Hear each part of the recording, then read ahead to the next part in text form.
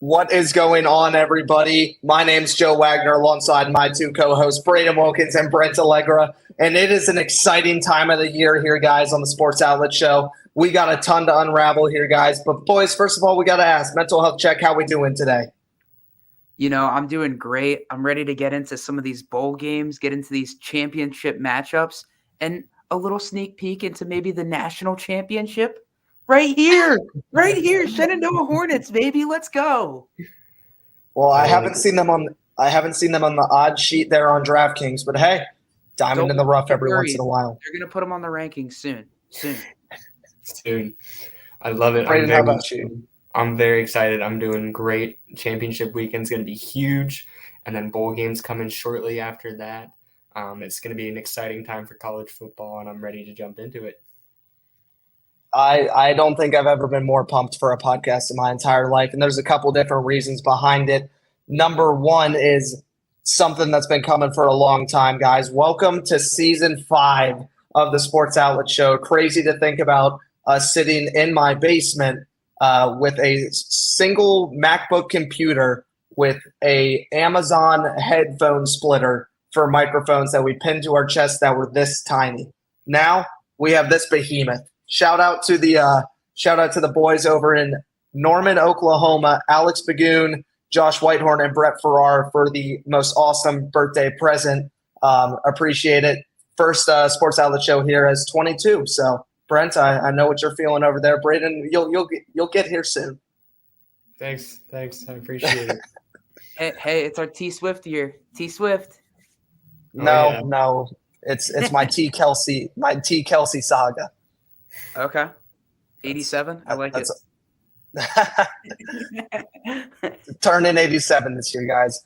First of all, if you saw the thumbnail banner for the Sports Outlet Show here today, if you saw our new profile picture on Twitter, go check it out. But just a huge shout out. His name was already referenced once, but to our marketing coordinator over with Learfield Amplify, Alex Bagoon, for that incredible logo sitting up there in the top right on your screens. He worked his butt off over the past few months to get that design for us, and I love the shoelace there on the bottom with the football. It is beautiful. It's so nice. Laces or spaces, baby. Oh yeah. Hey, he chose laces every day of the week.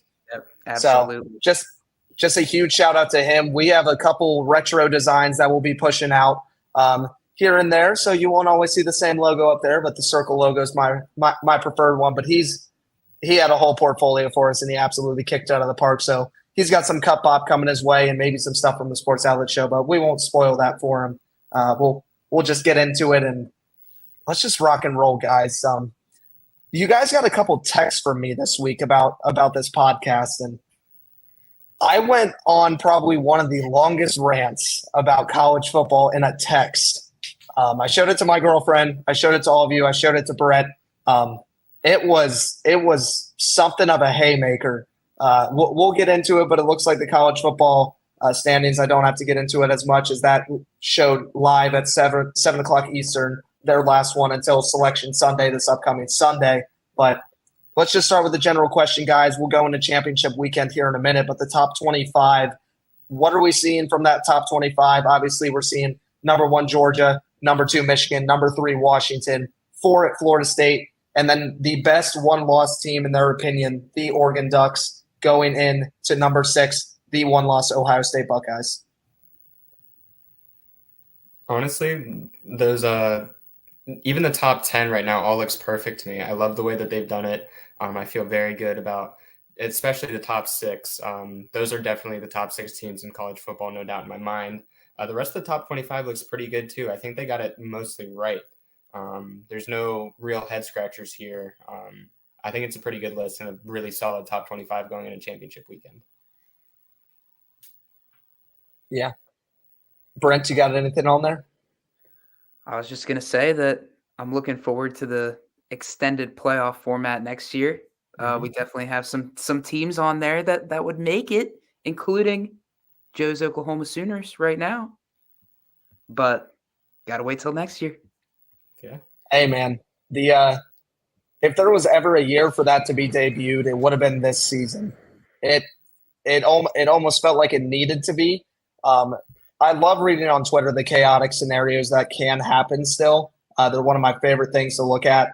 We'll go over everything like that. But one thing before I ask a huge question to you guys, I asked you to grab a little something before we dove deep into the podcast. So let's get a celebration here. Crack on the new microphone for season 5, boys. Appreciate it with y'all. Let's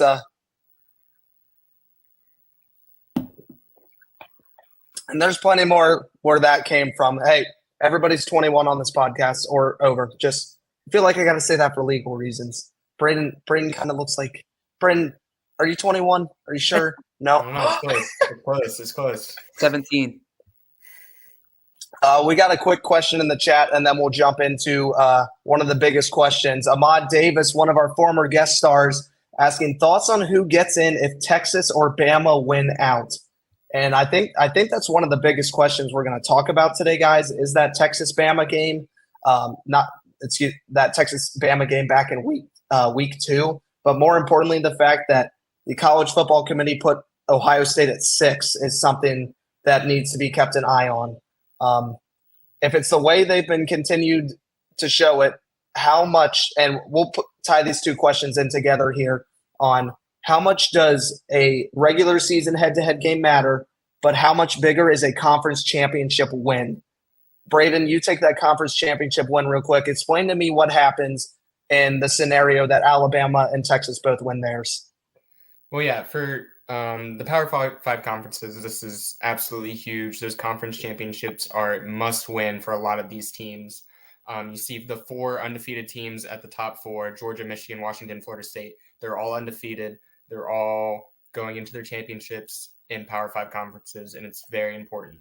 But with a team like Alabama, they have a chance to beat the number 1 team in the country in this conference championship game.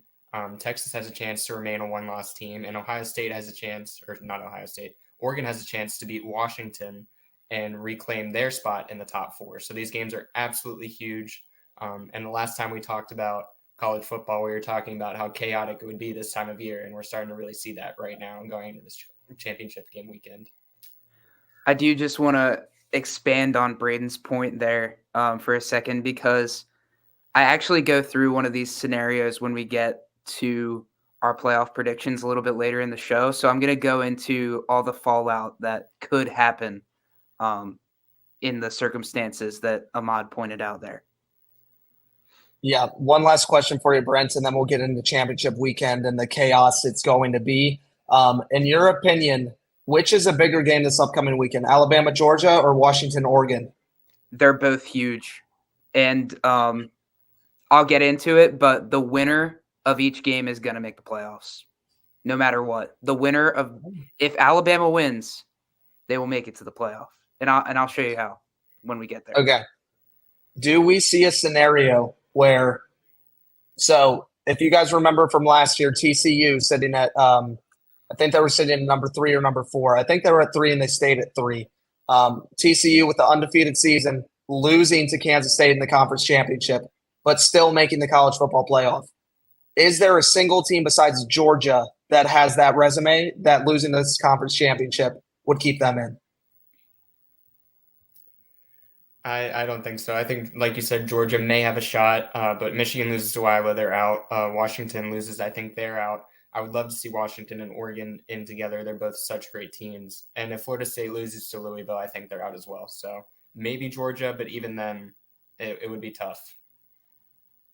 Well, why don't we just jump into our championship weekend? We'll talk about all the championships, pick our favorites, and then obviously from those picks, we have our top 4. So we'll dive into that, and then we'll go bowling, baby. It's called Let's Go Bowling.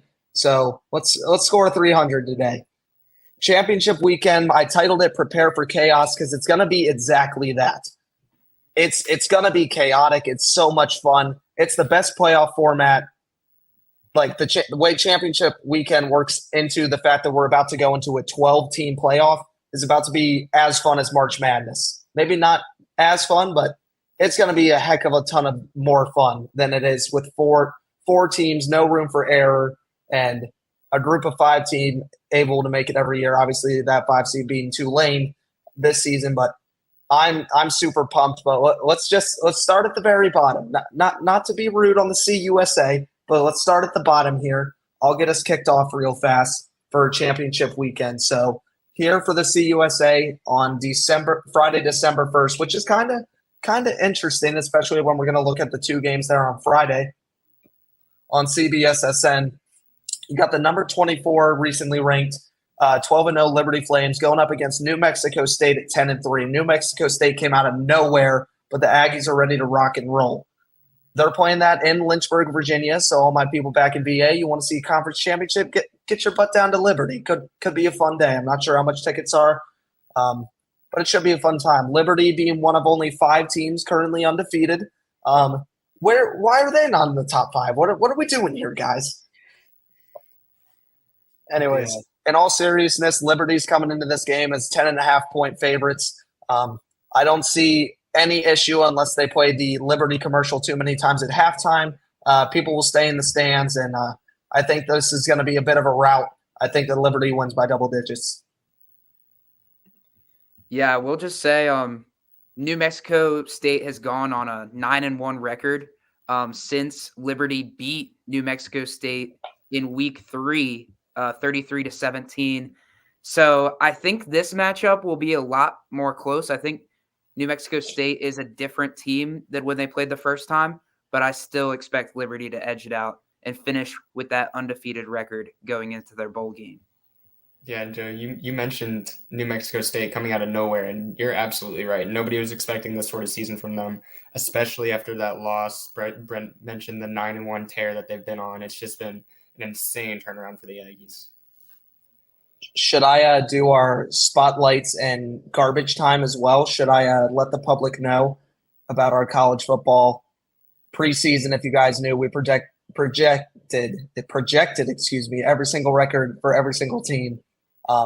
Should I throw? A lot of us are going to get thrown under the bus today, but there are some star highlights here. So let's make this decision now. Yeah, I liked looking at them, so I think it's fun to share. I liked it. Okay. I call this the Braden Championship. Braden had both Liberty and both New Mexico State. The Liberty Flames going at 8-4, very respectable. I think, honestly, if you're getting anywhere between 1 and 2, it's incredible. Anywhere between 3, it's respectable. 4, I mean, we're talking about Liberty here. This is different. But New Mexico State going a whopping 4-9. Showed up all the doubters today, guys. Don't worry, they did it. I would be amiss to not give the Pac-12 championship over to Brent.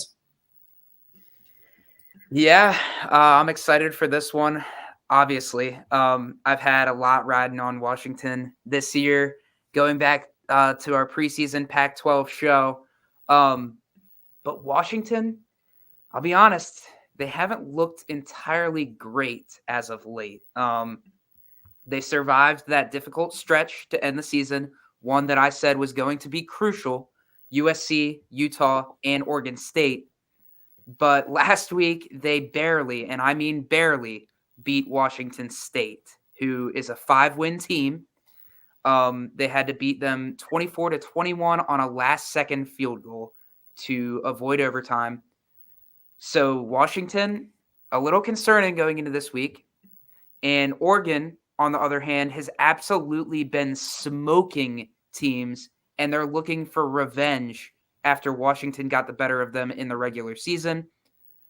But I have to. When I make a take like this, I have to stick to it. So I'm riding high on my Huskies. I'm sticking with Washington, and I guaranteed a playoff appearance before the season started, and I'm still guaranteeing it. It's going to happen. Washington to the playoffs. They beat Oregon in the championship. Yeah, I'm going to jump in here. First of all, Washington and Washington State stole something from the District of Virginia. The Apple Cup belongs at Sharando High School. Not sure where they began that tradition. I just thought I'd shout that out. I'm not sure how you're taking that from are we 4A or 5A, whatever we are, district high school league. Not cool. But in all seriousness, it's like watching I'm just going to say it's watching the two best quarterbacks in the game going head to head in Michael Penix Jr. and Bo Nix in college football. I understand about Daniels. He's probably the Heisman front runner. But when you're looking at NFL experience, NFL talent, these two are the two, in my opinion. We'll get to Caleb Williams. We'll get to USC and him being the number 1 overall pick and whatnot. I said earlier, I don't want to hear that crap ever again. 7-5. 7-5 being the best player in football? No, get out of here. Michael Penix Jr. has single-handedly turned this team around with Odunze, and then you have Oregon with Bo Nix, who's had a great defensive year, has kept the ball secure, and that was our main target fact for Bo Nix. If he can stay out of the interception column, this team was going to be elite, and he has. That being said, the fact that Washington is 9.5-point pups is crazy. Crazy. But I'm not giving honestly, how do you blame the bettors for that? The Oregon has been smoking teams. I'm not legally allowed to give sports betting advice, but an $100 sprinkle sounds like Timmy is getting Christmas presents on Washington plus 9.5. Okay. That's all I'm saying. I like to hear that. I think that's the championship game I'm most excited for this weekend. I think it's going to be an amazing game. I think that CUSA matchup is going to be turned on as a little bit of a pregame, and then as soon as 8 o'clock hits, that TV is getting switched over to that game right there, and it's going to be a great one. Oh, yeah. I think -9 is a little crazy for Oregon, but I think it's going to be a lot of fun. I do have Oregon winning. See, I'm a little biased here between Washington and Oregon because I have the master plan of how the Buckeyes make the playoffs, and I'll get into it.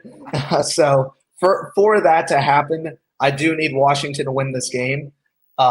But I am not biased when I give my takes. But number 5, Oregon is the hottest team in the country, and I think Michael Penix Jr. is running on a little bit of luck. The defense does not measure up to the style of Oregon, and I just think Bo Nix also just less injuries, more experience, and has played in an SEC caliber offense as well as a Pac-12 offense.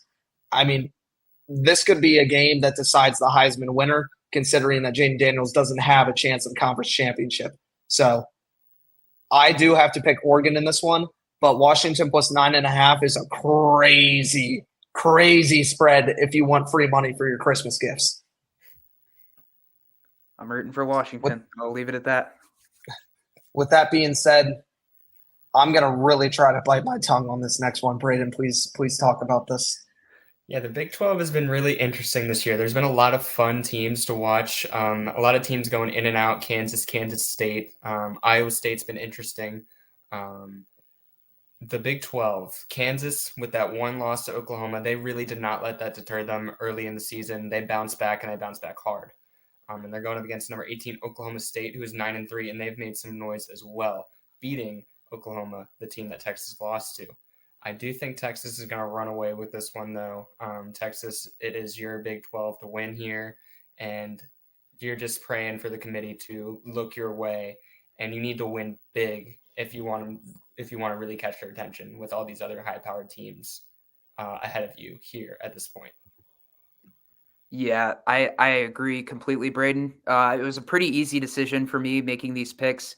Oklahoma State recently got destroyed by UCF and had to go to double OT to beat BYU. They're getting cold at the wrong time. And with Quinn Ewers being back, I think things could get pretty interesting over there for Texas. And I think they're going to smoke Oklahoma State. I'll leave it at that. Yeah, since the Oklahoma Sooners are no longer a part of this game, I can publicly kind of speak about it a little more than I would have if Oklahoma was playing in it. I mean, I've been in person in Dallas, Texas to watch us beat Texas. I've been in person in Stillwater, Oklahoma to watch them rush the field after beating Oklahoma on a game-winning drive where Drake Stoop was dragged down before being able to catch a football for a touchdown. Still a little butthurt about that. But in all seriousness, this game, Texas versus Oklahoma State, it's Texas's final rodeo here. Oh, that was a good play on words. Texas's final rodeo here in the Big 12, a chance to absolutely stop an inferior opponent in Oklahoma State. I mean, you watch them almost lose to BYU. I don't think I could say it any better than Brent did about Oklahoma State getting cold at the wrong time. I mean, after beating Oklahoma, their remaining 3 opponents were UCF, Houston, and BYU. 3 of the worst teams in the Big 12.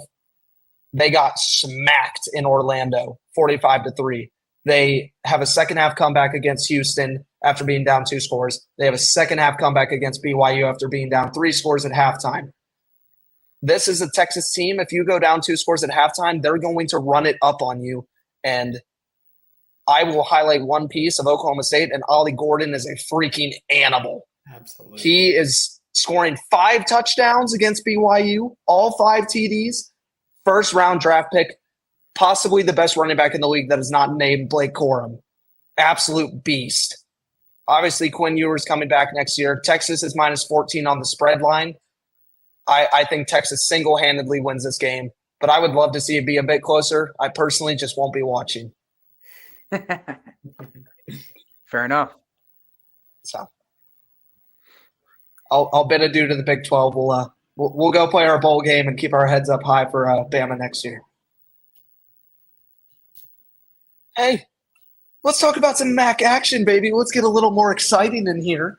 Saturday, December 2nd at noon on ESPN, you have the Toledo Rockets. Talk about a team that's balling this year versus the Miami, Ohio Redhawks. Toledo -8.5 playing at Ford Field in Detroit, Michigan. First time a championship's been played there in forever because the Detroit Lions don't get to play very often. But what a game. What a season for Toledo. I don't have much to say. I haven't watched too much MAC action, unfortunately. I have a lot of Tuesday Bowling Green, so I can give you some analysis on them. But other than that, I got Toledo in this game. I think they're the best team in the MAC. Keep on rocketing, baby. Yeah, I agree, Joe. They beat Miami 21-17 in week 9. I expect the same thing. Maction. Love the action.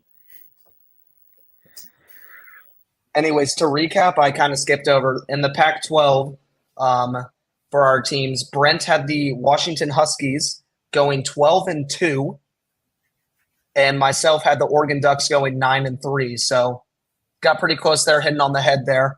It looks like Brent thinks they're going to lose tomorrow and their bowl game, 12-2.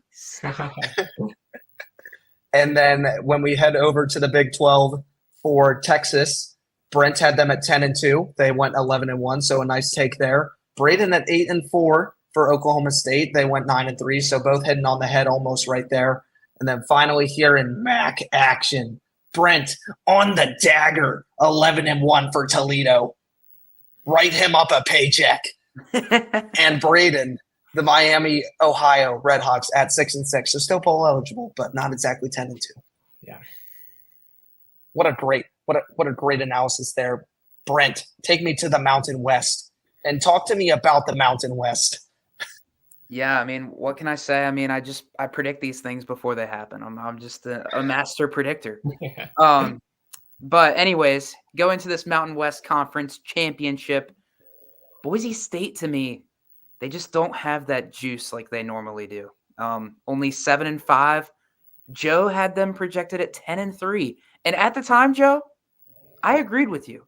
I will say that. I agreed with you on that take. But it's the blue field, man. It's the blue field. It gets my mind going, man. I just want to be there. I want them to be successful. But yeah, I agreed with that take, and for whatever reason, they've just been letting us down. They do seem to have a good offense. I will say that. They have a good offense. They're constantly putting up like 30, 40-point games, which is good in college football. But their defense reminds me of USC. They let up a lot of points, and that's why they've had so many losses on their record. I like UNLV in this one. I think UNLV has been the better team, and Boise State's defense is just atrocious. Yeah, and what a season from UNLV. I don't think anybody expected this from UNLV either. I think I don't know if I had them at the beginning of the year, but I was not high on them at all. I was not expecting them. If Brent's going to call me out on my Boise State Broncos, he had them going 5-7. Oh, that's not bad. Can't hit them all. Can't hit them all. They're not all hits. Especially not if it's 16.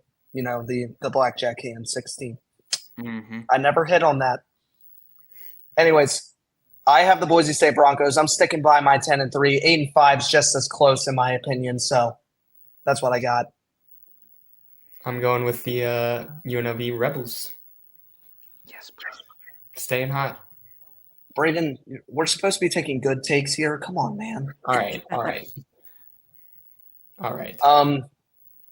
I guess, Braden, you can talk about this game that's going on that people are talking about this weekend.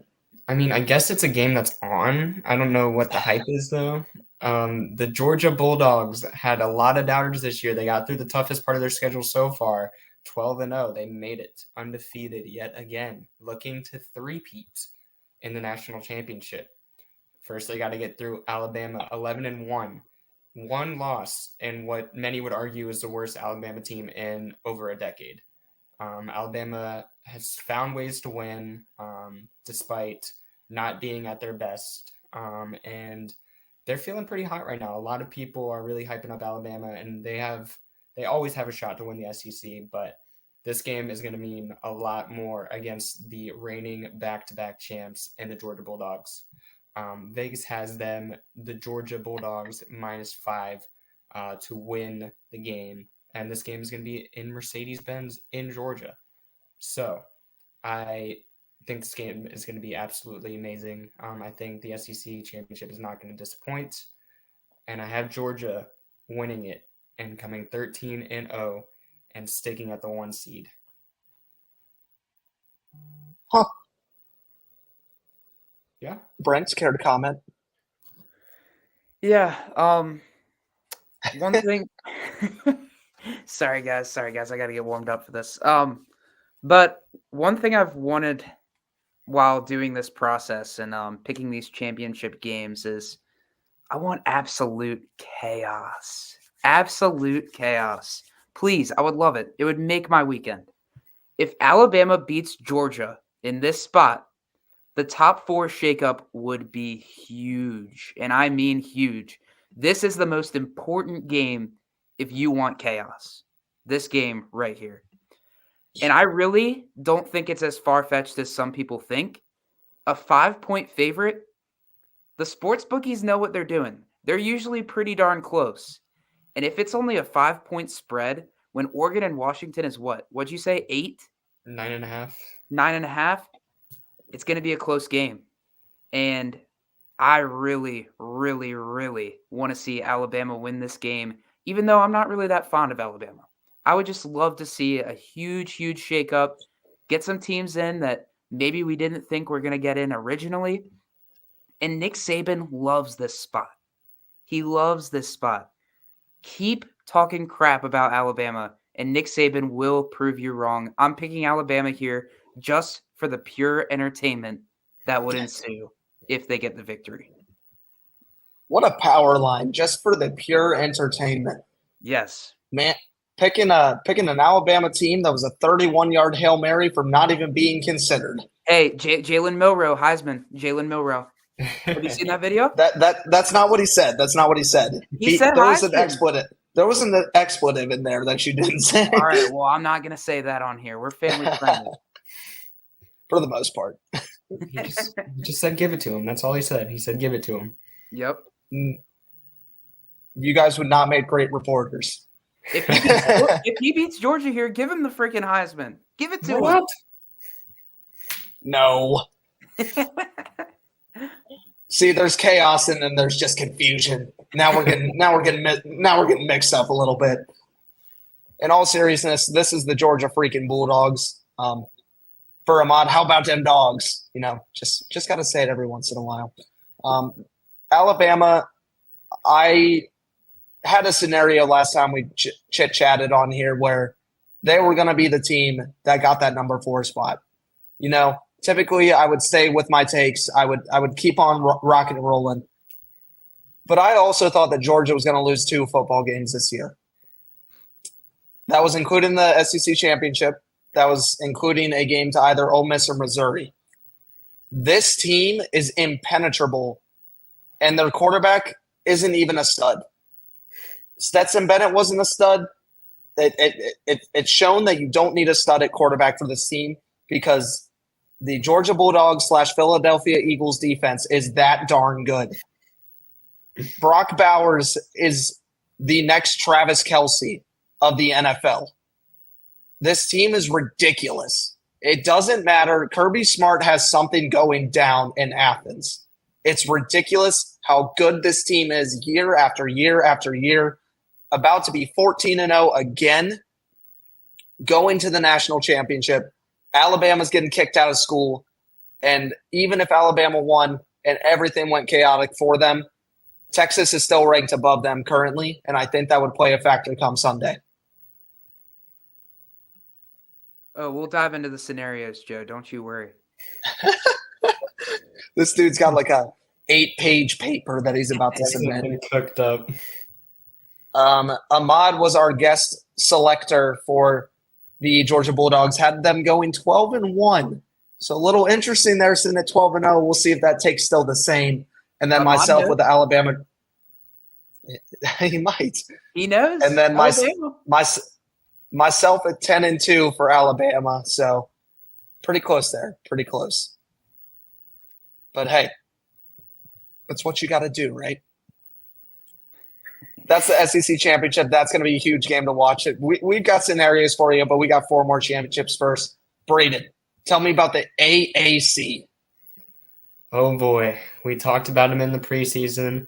Tulane, the Green Wave, one of the best mascots out there. They did it. They've been doing it. They're continuing to do it, and they're the best group of 5 team in the nation. Maybe JMU's considered, but Tulane has proved it back-to-back years. And then SMU, future ACC conference move there. They bounced back after a loss to Oklahoma. We're saying that a lot. And they put up 10 wins on the season. SMU is no small team. They've been really good. They've been very powerful. That being said, Tulane is ranked number 22 in the country for a reason. They're very good, and they're going to steamroll through SMU. But I think it could be a fun game. It could be a fun game. I think it's definitely the most fun of the group of 5. There's championships there. I dove into some stats for this matchup, and I think they're pretty interesting. All right, so SMU's lost 2 games this year. The first one against Oklahoma. They lost by 17 in that game. The other one was against TCU, where they also lost by 17. Tulane, on the other hand, only has 1 loss on their schedule, which came in week 2 against Ole Miss, where they also lost by 17. I'm not sure who will win this one, but I can guarantee you one thing. The spread will be 17. I'm calling it now. Oh. Spread is a team's going to win by 17. Yep. Wow. I'm not picking a winner. Just one of them is going to win by 17. He says, listen to my chaos scenario on the SEC, but the AAC, I refuse. well, Brent, Vegas has Tulane -4, so that would be a pretty big deviation from the spread either way. So that would be exciting. That would be fun. So SMU -17 then. Oh. Let me confirm that if the team is going – if that -17 is happening, Braden has also seen SMU play in person. And as a Virginia Tech Hokie, I'm not excited for them to come to the ACC next year. Scary. They're good. I think SMU wins this game and ends up being ranked number 25 at the end of the season. I love the Mustangs. Shout out Middletown Elementary School. SMU by 17. Let's go. Let's go. I'm putting the bet in now. The actual spread on that, since it's Tulane -4, so it's SMU +4 at $100 for $100. So this guy wants to raise it 21 points. The opposite. There's no way that's even in DraftKings. There's no way. There's not a chance. Well, we're gonna make it a thing. Brent just made me put this game on my calendar, and it starts the same time as the Alabama game. I'm watching it over Georgia, Alabama. This one's way more important. We got a lot on the line. All right. Let's wave over to a different game here with the Sun Belt Championship. I'm a little confused. Yeah, the team with the best record is not up there. Did I put the wrong teams up there? Oof. That's embarrassing. Where's James Madison? For those of you that are watching that don't understand, the NCAA did not allow James Madison to play in the Sun Belt Championship due to the contract of becoming an FBS team into the Sun Belt. They went 11-1. So we have the Mickey Mouse Championship between Troy and Appalachian State.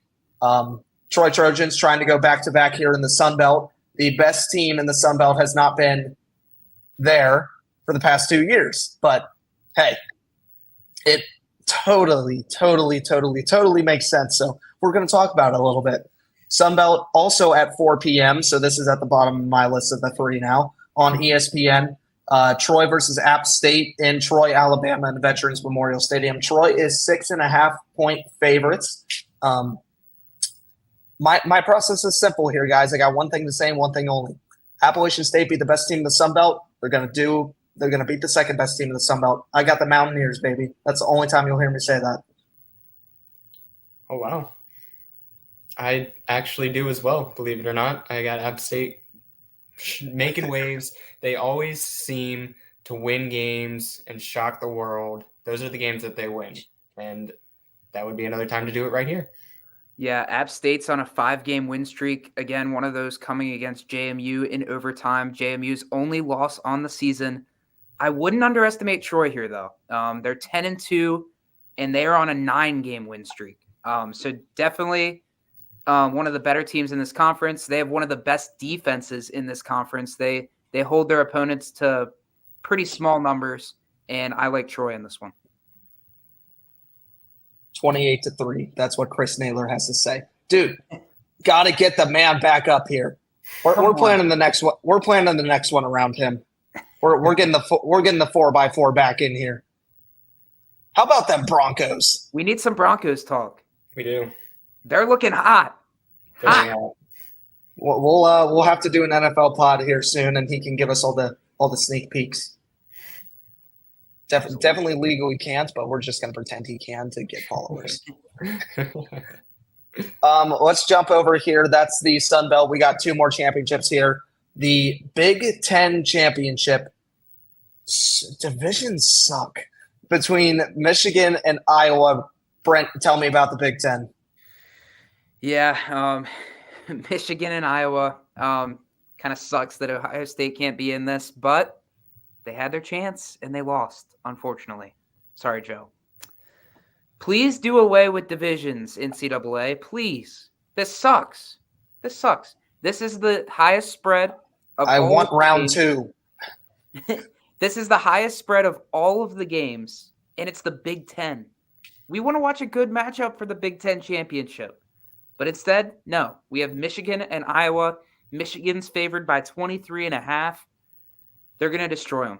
So I have Michigan easily in this one.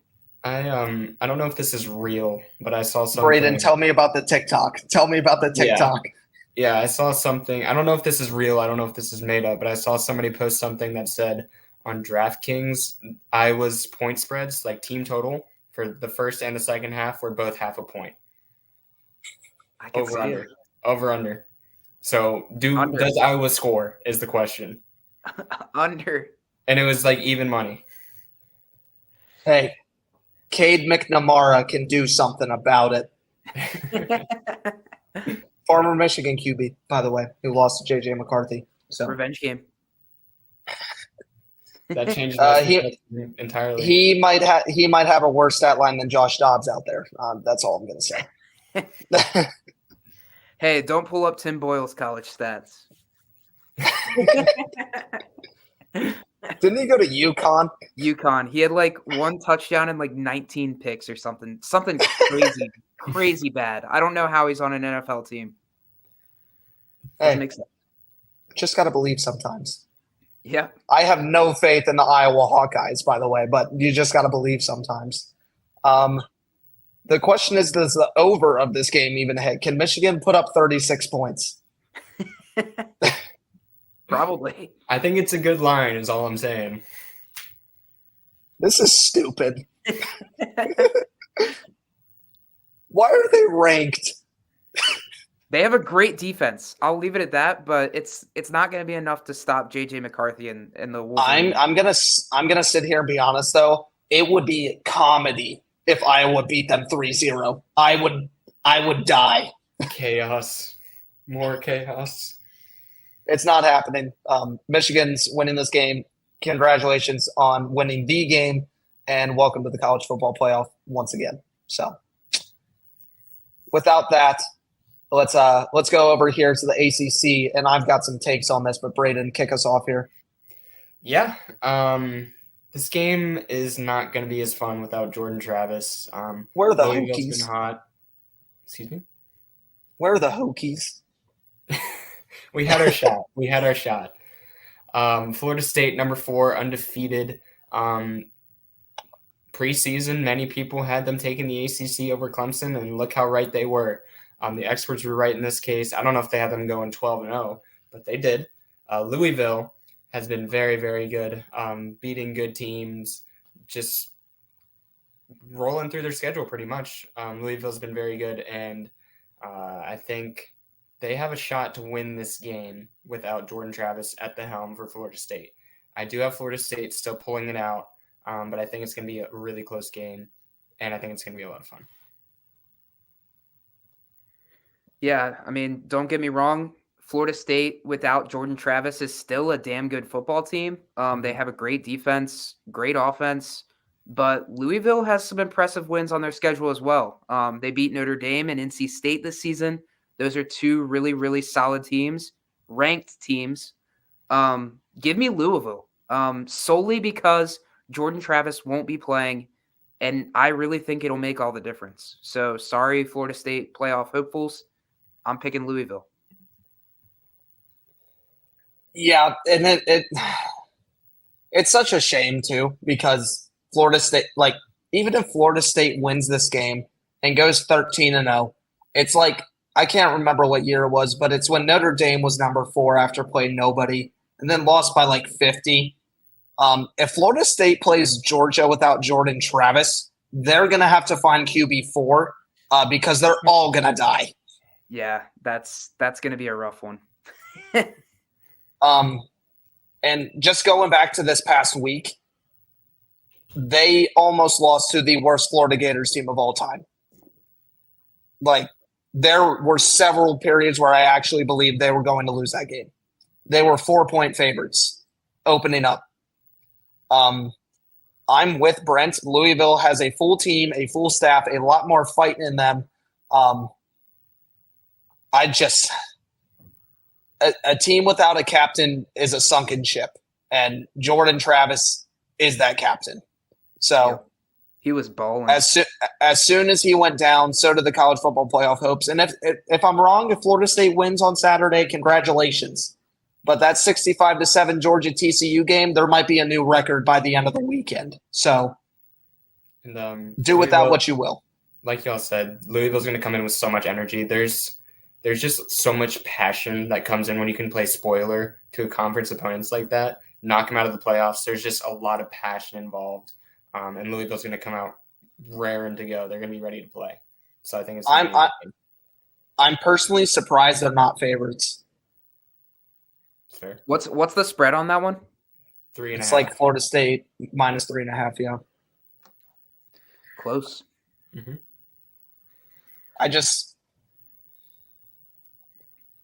It's one of those things where, like, I want Florida State to lose because it's not even a shot against Florida State. Florida State, 100% if they win, deserves to be in the college football playoff. There's no doubt about it. Jordan Travis, no Jordan Travis. If they don't make it with a 13-0 record, everybody on that college football committee needs to find a new job. Because you can't put in the starting quarterback into your consideration. Correct. You can't put in that situation into your consideration. That's not a part of Correct. the selection process. And if they wanted to do that, they should have put Oregon above them this week. Yeah. And They did not.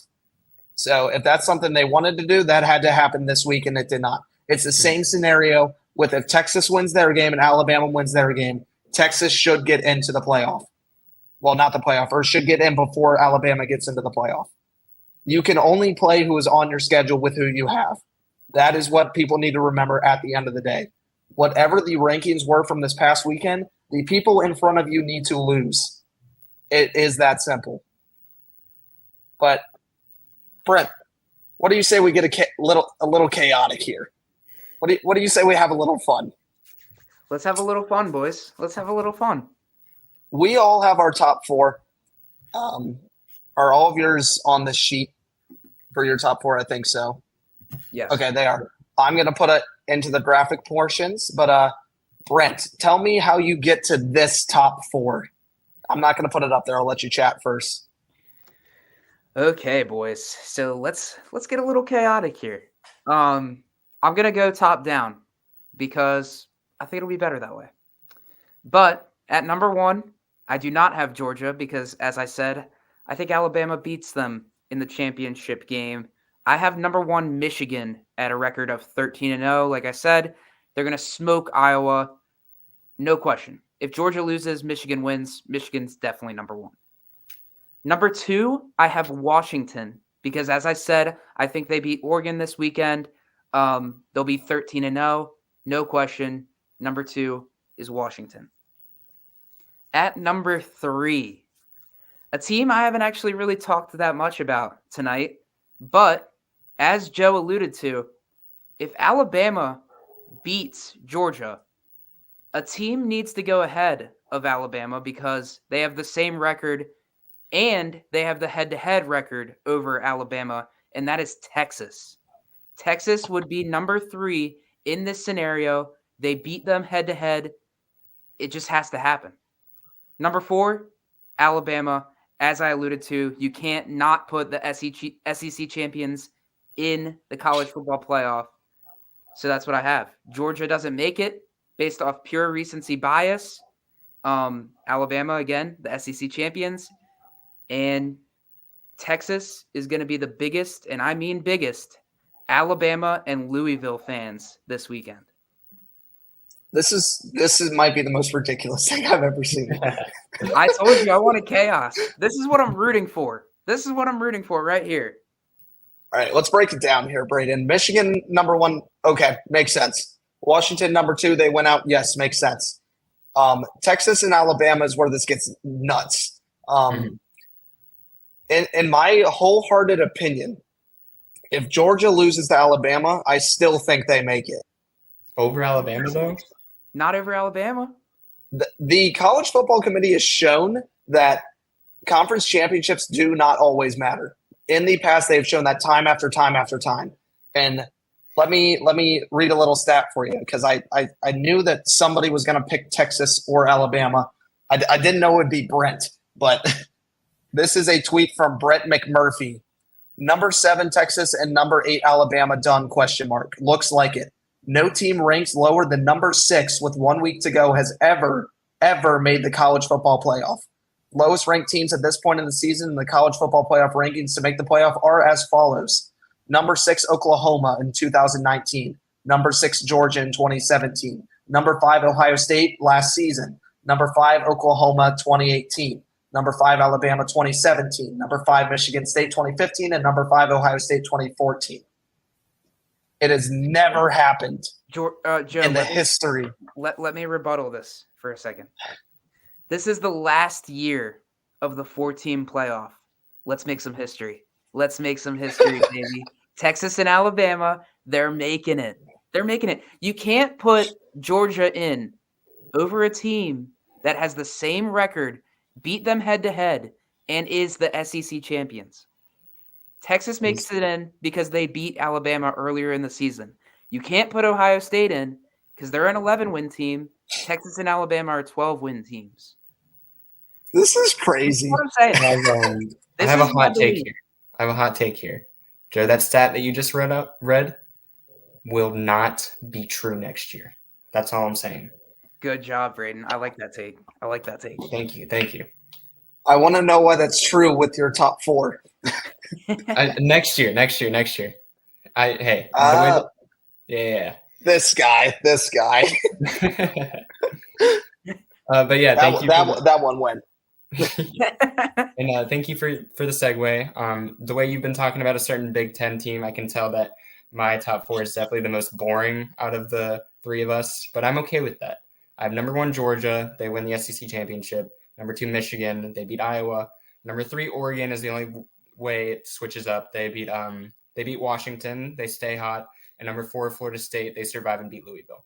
I think, like I said, it is the most boring, but it is what I see happening. But I would love the chaos that y'all 2 are proposing. That would be super entertaining. I would love it a lot. But this is what I got. I have chaos that is also stupid. Because it actually makes no literal sense besides the fact I want it to happen. Number 1, Georgia is going to beat Alabama. All right. Brent, that kind of throws yours out the window, but it's just going to happen. Number 2, Michigan stays at number 2. They beat Iowa by 745. Something around those marks. Number 3, the hottest team in college football, the mighty Oregon Ducks. I think they beat Washington this weekend. I think it's going to be such a fun game. And number 4. So here's where I kind of flip-flop. I don't care who is at number 3. I don't care if it's Oregon. I don't care if it's Washington. It's going to be one of them. Mm-hmm. It's going to be one of the 2. Florida State loses this weekend. Texas wins this weekend.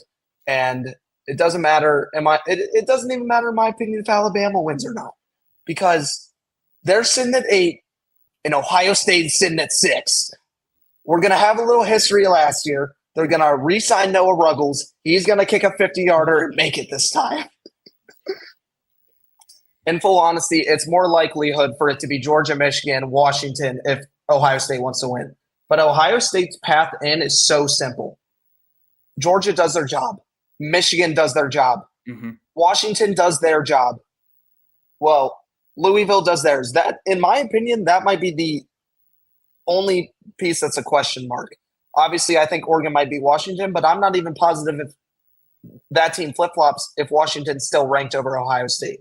I can see why you say they are. They probably have a better resume. But again, recency bias is a thing. I just want to see the Buckeyes play Michigan again, dude. That's all I want to see. That's all anybody ever wants to see. I could see it happening. While it's not likely, but I could see it happening in this scenario. I think if Oregon loses, if Washington stays intact, so you'd have Georgia, Michigan, Washington. Florida State loses. There's no chance. Even if Texas wins, it doesn't matter in my opinion. Yeah, I still think Ohio State could get in. Here's my opinion behind that. But Texas losing would seal the deal. It would. Okay, but here's my opinion behind that. And that was the sole responsibility of the text message I sent to you guys, is the fact that people think that Texas has an opportunity without absolute chaos is nuts to me. And here's what. Ohio State is a better football team than Texas. That's point blank number 1 here at nor there. They have the best wide receiver in the country. They have a top 5 running back. Kyle McCord is serviceable, yes, but he does get the job done. They lost to the second best. In my opinion, Michigan could be the best team in college football. They have one of the best defenses. They sure as heck have the best running back. They have a crazy wide receiver in Roman Wilson. J.J. McCarthy, I'll say it up front, I thought he was a bum, but he's played lights out this year. I'll admit when I'm incorrect. J.J. McCarthy has done exactly what the Wolverines needed him to do.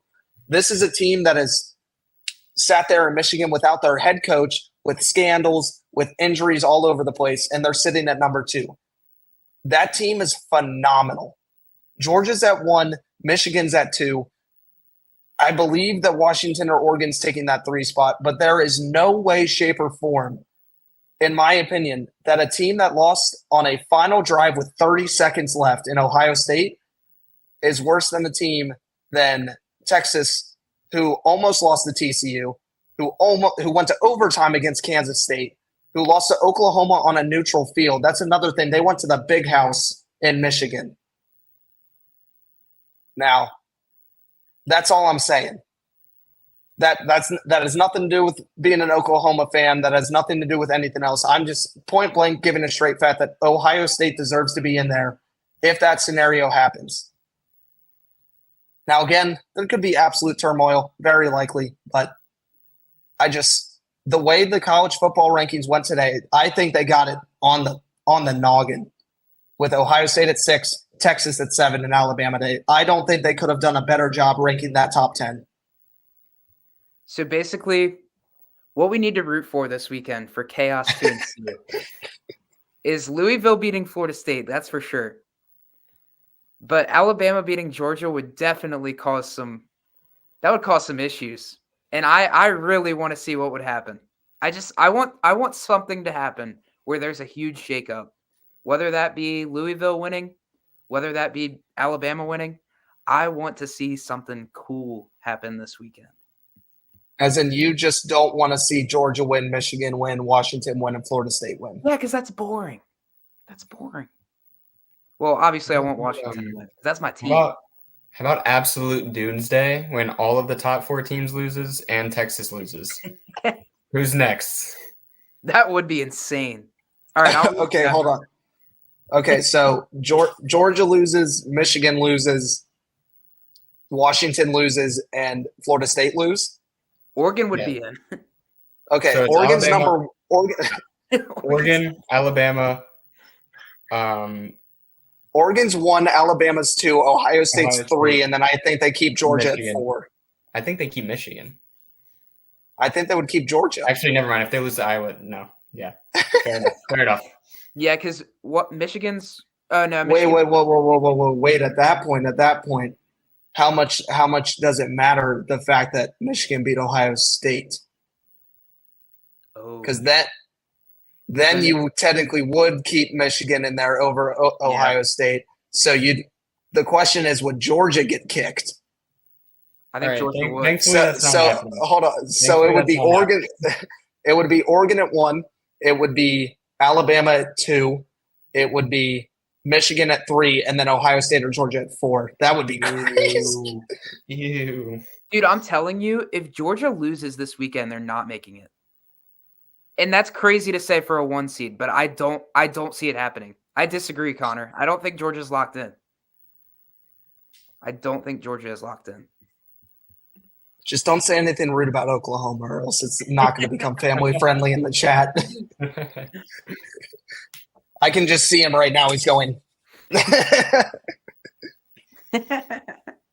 Anyways, absolute chaos will ensue. We will have another podcast. We're not done here, first of all. We will have another podcast when the bowl schedule comes out, as well as the college football playoff. And I'm sure we'll go over all this once again but it's more fun to say about what could have been. So that's what could have been. We'll go super quickly here. But guys, welcome to bowl season. Let's go bowling. We got 84 teams that qualified here for bowl games. That's including the 2 FBS teams from the SWAC and the MEAC. So pretty cool there. What we got going here for you is we actually filled out every single one for you. We'll go through pretty quickly here. Let me get this up here for you real fast. And let's go bowling. Braden, tell me about the Myrtle Beach Bowl. Okay. That game is going to be Saturday, December 16th at 11 a.m. Early ball game in Conway, South Carolina, Brooks Stadium. The stadium belongs to Coastal Carolina. The bowl was established. Got smacked. The bowl was established back in 2020. There's a 6-way tie for the most appearances in this bowl game between Appalachian State, Tulsa, Marshall, Yukon, North Texas, and Old Dominion with 1 each. This bowl's not very old. The most wins, App State, Tulsa, and Marshall are all tied with 1. Last year, Marshall beat Yukon 28-14. In my Myrtle Beach Bowl this year, I have Arkansas State versus Utah State. And I'll just throw them all up there for you guys. Oh, we got Utah State both in this bowl game. Look at that. Yeah, and as you can see, I got Utah State taking home the dub. I got South Alabama, bro. If they can beat Oklahoma State, they can beat anybody. Brent, tell me about Bowling Green here. Bowling Green, hey, best golf course. That's fair. Well, can you tell me about the Cricket Celebration Bowl? Yeah, the Cricket Celebration Bowl. I'll be honest, I didn't do too much research into this one, but it is going to be played at Mercedes-Benz Stadium in Atlanta, Georgia, 12 p.m. Eastern Time, December 16th. And that one will be Howard versus Florida A&M. Isn't Howard's already locked into that bowl, right? Yeah, I'm pretty sure. Florida A&M's playing in the championship against Prairie View, but they beat Prairie View 45-7 back in October. So it's likely going to be Florida A&M. So my prediction, I'm feeling pretty confident about the Howard Florida A&M matchup. I have Howard winning that one just because I've heard of that school and I have not heard of Florida A&M. So that's why I picked them. I'm feeling pretty good there about Florida A&M and Howard, guys. I feel like we might have this one straight on the head here, 3 for 3. And guys, no matter what happens between Florida A&M and Prairie A&M, it's going to be a brand new matchup. Howard has never made it before, and both of the two teams have not made it since the bowl was established back in 2015. So it's brand new. Never seen it before. Braden out here with all the facts about the Cricket Celebration Bowl. Yeah, it's his favorite. Look at him go. Bowl. All right, that's fair. It might not be as good as the R+L Carriers New Orleans Bowl. Guys, get this. It's played in New Orleans, Louisiana. Let me get you some little history on here. I might need to scroll. Guys, just wait. This is embarrassing. This is so embarrassing. Guys, I'm trying really hard. Don't worry. I got it. So when we're talking here about the R+L Carriers New Orleans Bowl, played on Saturday, December 16th at 2:15 in the Caesars Superdome, home to the New Orleans Saints, established in 2001. Brent, that's a pretty good year for us. Most appearances, guys, get this. It's the Louisiana Ragin' Cajuns with 6. Southern Miss is the most successful team there at 4-1. Last year, Western Kentucky beat Jackson State 44-23 in an absolute barn burner. It's typically played between the CUSA and the Sun Belt. But Braden, tell me who you had in this bowl game. In the R+L Carriers New Orleans Bowl, I have New Mexico State taking on Troy. That's going to be not the conference championship Troy, but the runner-up. And I have Troy winning that game against New Mexico State in those Aggies. Oh, Brent, we got Jacksonville State winning it, brother. Yes, sir. Jacksonville State, baby. Riley Green, alumni. He was on that football team. I mentioned that earlier before the season started. Gotta win one for Riley Green. Gotta win one for Riley Green, bro. Okay. Who wants to sing the little jingle of the next one? I'm not going to sing it, but I'll talk about it. Avocados from Mexico. All right, you're ready. Games. I got a fun matchup for it, I think. This game's going to be on Saturday, December 16th at 30 p.m. It's in FBC Mortgage Stadium in Orlando, Florida. That stadium is normally home to the UCF Golden Knights. This bowl is we have Liberty, Georgia State, and Coastal Carolina with 2 appearances. Liberty is 2-0 in the bowl. Last year, this matchup was between Troy and UTSA, in which Troy won 18-12. And this matchup is a really fun one, I think. I mean, James Madison, your 11-1 Dukes going up against Boston College, a fun ACC opponent. I really like this matchup. I think it could be a great game. Yeah, I also got Boston College in there going up against Texas State. All 3 of us with Boston College. That's actually, by the way, none of us looked at each other before we did these.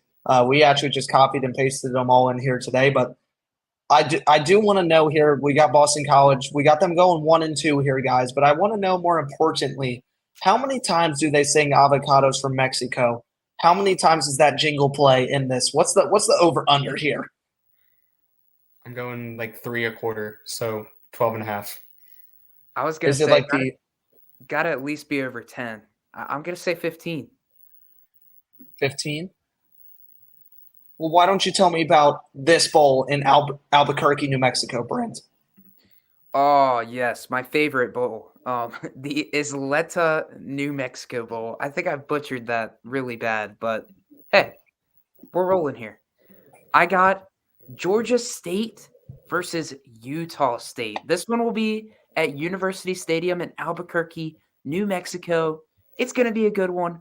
I have Utah State winning it. Yeah, I Doesn't have look the like we have anybody matching up here, guys. yeah. One of us is going to be wrong. It's not going to be me.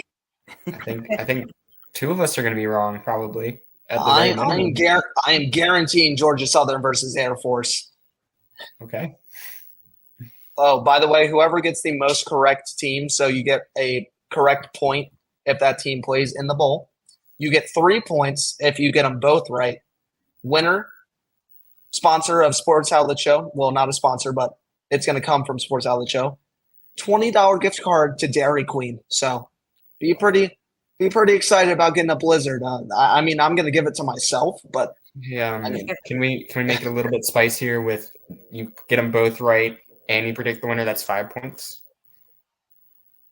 okay, yeah, that works for me. That works for me. I like that. You know what I like even more than that? The LA Bowl hosted by Gronk in Inglewood, California. So not even Los Angeles, California for the LA Bowl, but we're not gonna question that. Obviously being played over there in the glorious SoFi Stadium, there in the LA Bowl, Saturday, December 16th at 7:30.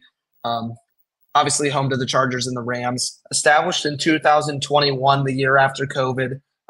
Not too many winners here. Utah State, Oregon State, Fresno State, Washington State. That's a lot. They're all states. That's crazy. Every single team that's won this bowl has been a state. Utah State, Oregon State, Fresno State, and Washington State. Utah State and Fresno State being the two winners of there. It's typically between the Mountain West Conference and the Pac-12. But here on my LA Bowl, and I don't know if you guys are ready for this, but my LA Bowl hosted by Gronk, I have UNLV versus the University of California, Los Angeles, UCLA. I like it. I like it a lot. Nobody matching up here either. I'm breaking the streak. No state. I'm going with Wyoming. Over Georgia State. I got Boise State and Cal. I said earlier I hate Boise State, but Cal is pretty freaking bad. So you got Boise State in that one. Got Boise State. Braden, can you tell me about the Radiance Technologies Independence Bowl? Yeah, this game is going to be September. Or why do I keep saying September? Saturday, December 16th at 9:15 p.m. in Independence Stadium in Shreveport, LA. This is only the host to a bowl game. It was established in 1976. It's an old one. Ole Miss and Louisiana Tech are tied with 5 appearances each. Ole Miss 4-1 bowl. They had the most wins. Houston beat Louisiana in this year 23-16. And matching up this year, I'm going to have Texas Tech taking on UCLA with the Bruins bringing home the win. Oh, Brent, we all got a match here. Yeah. Yes, we Brent do. and I with UCF, Braden and Brent with UCLA. Okay. So, all right, Brent, you're looking pretty here. Yeah, I'm going to win this one. There's no doubt in my mind that Central Florida is playing in the Radiance Technologies Independence Bowl in Shreveport, Louisiana. I love the name of some of these bowls. They just make me chuckle. Brent, tell me about the famous Toastery Bahamas Bowl that's not being played in the Bahamas. I was going to say, this is a pretty funny bowl, especially because, as you alluded to, it's not in the Bahamas. It's in Charlotte, North Carolina. So, in the famous Toastery Bowl, which is going to be played on December 18th, a Monday at 2:30, unfortunately, because this is going to be a good matchup for me, I have Liberty versus Toledo. 2 really, really high-win teams, and I think Liberty pulls it out to clinch that undefeated season. I think it's going to be a good one. Yeah, here, Brent, I got the Arkansas State Red Wolves, who got handed to them in Norman, going up against the Eastern Michigan Eagles. So I got an Eagle mascot in there with you. Not exactly Liberty, but no shot that Arkansas State wins a bowl game, regardless on if it's in the famous Toastery Bahamas Bowl. Yeah. Big Red pulling out the dub for me here. That's all I got to say.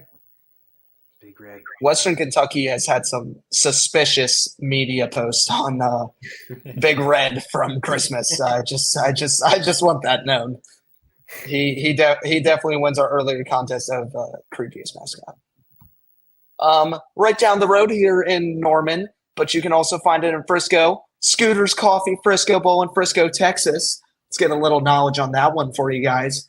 That one's going to be played in Toyota Stadium where FC Dallas plays. 2017, San Diego State's the only one to appear on multiple occasions twice, going 1-1. Boise State Broncos winning that one in Frisco last year against North Texas over there in Denton.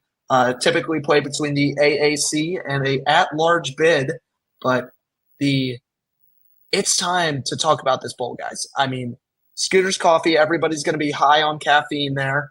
The winners will probably get to go home with something, not a turkey leg, but something pretty similar to that. I got Fresno State going up against Georgia State in this one, and Fresno State getting their 9th win of the year. Yeah, I got rice in South Alabama. Rice, one of my favorite foods. And South Alabama, they're a good team. They're going to eke it out there. Yeah, this one's a fun one for me, I think. Louisiana, those Raging Cajuns are always fun to root for. And UCF, a bit of an up and down season for them. They beat the crap out of Oklahoma State. I have them beating the crap out of Louisiana. See, I don't understand this, Brent. We very obviously used UCF in the Radiance Technologies Independence Bowl. Why are they showing up again? This doesn't make any sense to me. There's been some crazy takes today. This is the craziest of them all. They're going to end up in this bowl, and we're going to clip myself saying that. Hey, Braden, why don't you tell me about a website bowl? Yeah, Boca Raton Bowl is always fun, but this time it's the roofclaim.com Boca Raton Bowl. I'm going to go see what they have. In Boca Raton, Florida. This game is played Thursday, December 21st at 8 p.m. in FAU Stadium, home of the FAU Owls, believe it or not. This bowl was established back in 2014. There's a couple of teams with 2 appearances in this bowl game. It's going to be FAU, the hometown heroes, Western Kentucky, Toledo, and Northern Illinois. FAU, Western Kentucky, and Toledo all lead with 2 wins. Last year, Toledo beat Liberty 21-19. And starting their roof claim for me is going to be Fresno State versus Appalachian State. The Mountaineers coming off their conference win. They're not going to be as focused on this game, and Fresno State's going to take the win. I also have Fresno State in that one, Braden. I like the Fresno State in that one. I have Troy beating them in that one, though. Did you have Troy winning the Sun Belt? I did. All right, Sun Belt champions versus Fresno State. Yep. There we go. Wait a minute. guys, let's hold the phone here a little bit. We're forgetting about a school in Norfolk, Virginia called Old Dominion. And why would they not play in the Boca Raton Bowl? Why would they not play against Western Kentucky on roofclaim.com? Wow. I'm astounded, but that's what I got for that game. I'm not going to lie, guys. As we got to the top of these bowls, I had so many Sun Belt teams remaining. I just threw them places sometimes. So that's what I tried. But there's a lot of bowl Sun Belt guys. Brent, why don't you take me to the Union Home Mortgage Gasparilla Bowl? Yeah, again, one of my favorite bowls for sure. It's going to be played at Raymond James Stadium in Tampa, Florida. That's an NFL stadium. There are a couple there. Yeah, it'll be pretty fun. December 22nd, 6:30 p.m. Eastern. I have in that one a green matchup. It's going to be Marshall versus USF South Florida, who at the start of the season, before the season started on the preview pod, me and Braden tag teamed that one, and we had them going 1-11. So, pretty surprising to see them in this spot, but I'm going to blame Braden. I'm going to blame Braden on that one. I'm gonna No, play. that's fair. That's fair. I thought they were going to be one of the worst teams in college football. They proved me wrong. I like it. Everybody loves an underdog story, and there's two things here. One, congratulations to UCF making it this far. Number two, they had to have a ton of bowl games at Raymond James Stadium because the Buccaneers don't play in January anyways. It's true. It's true. Whoa, what was that? I don't know. Something popped up. But anyways, I got Texas Tech and Louisiana. I got Rice and Texas State.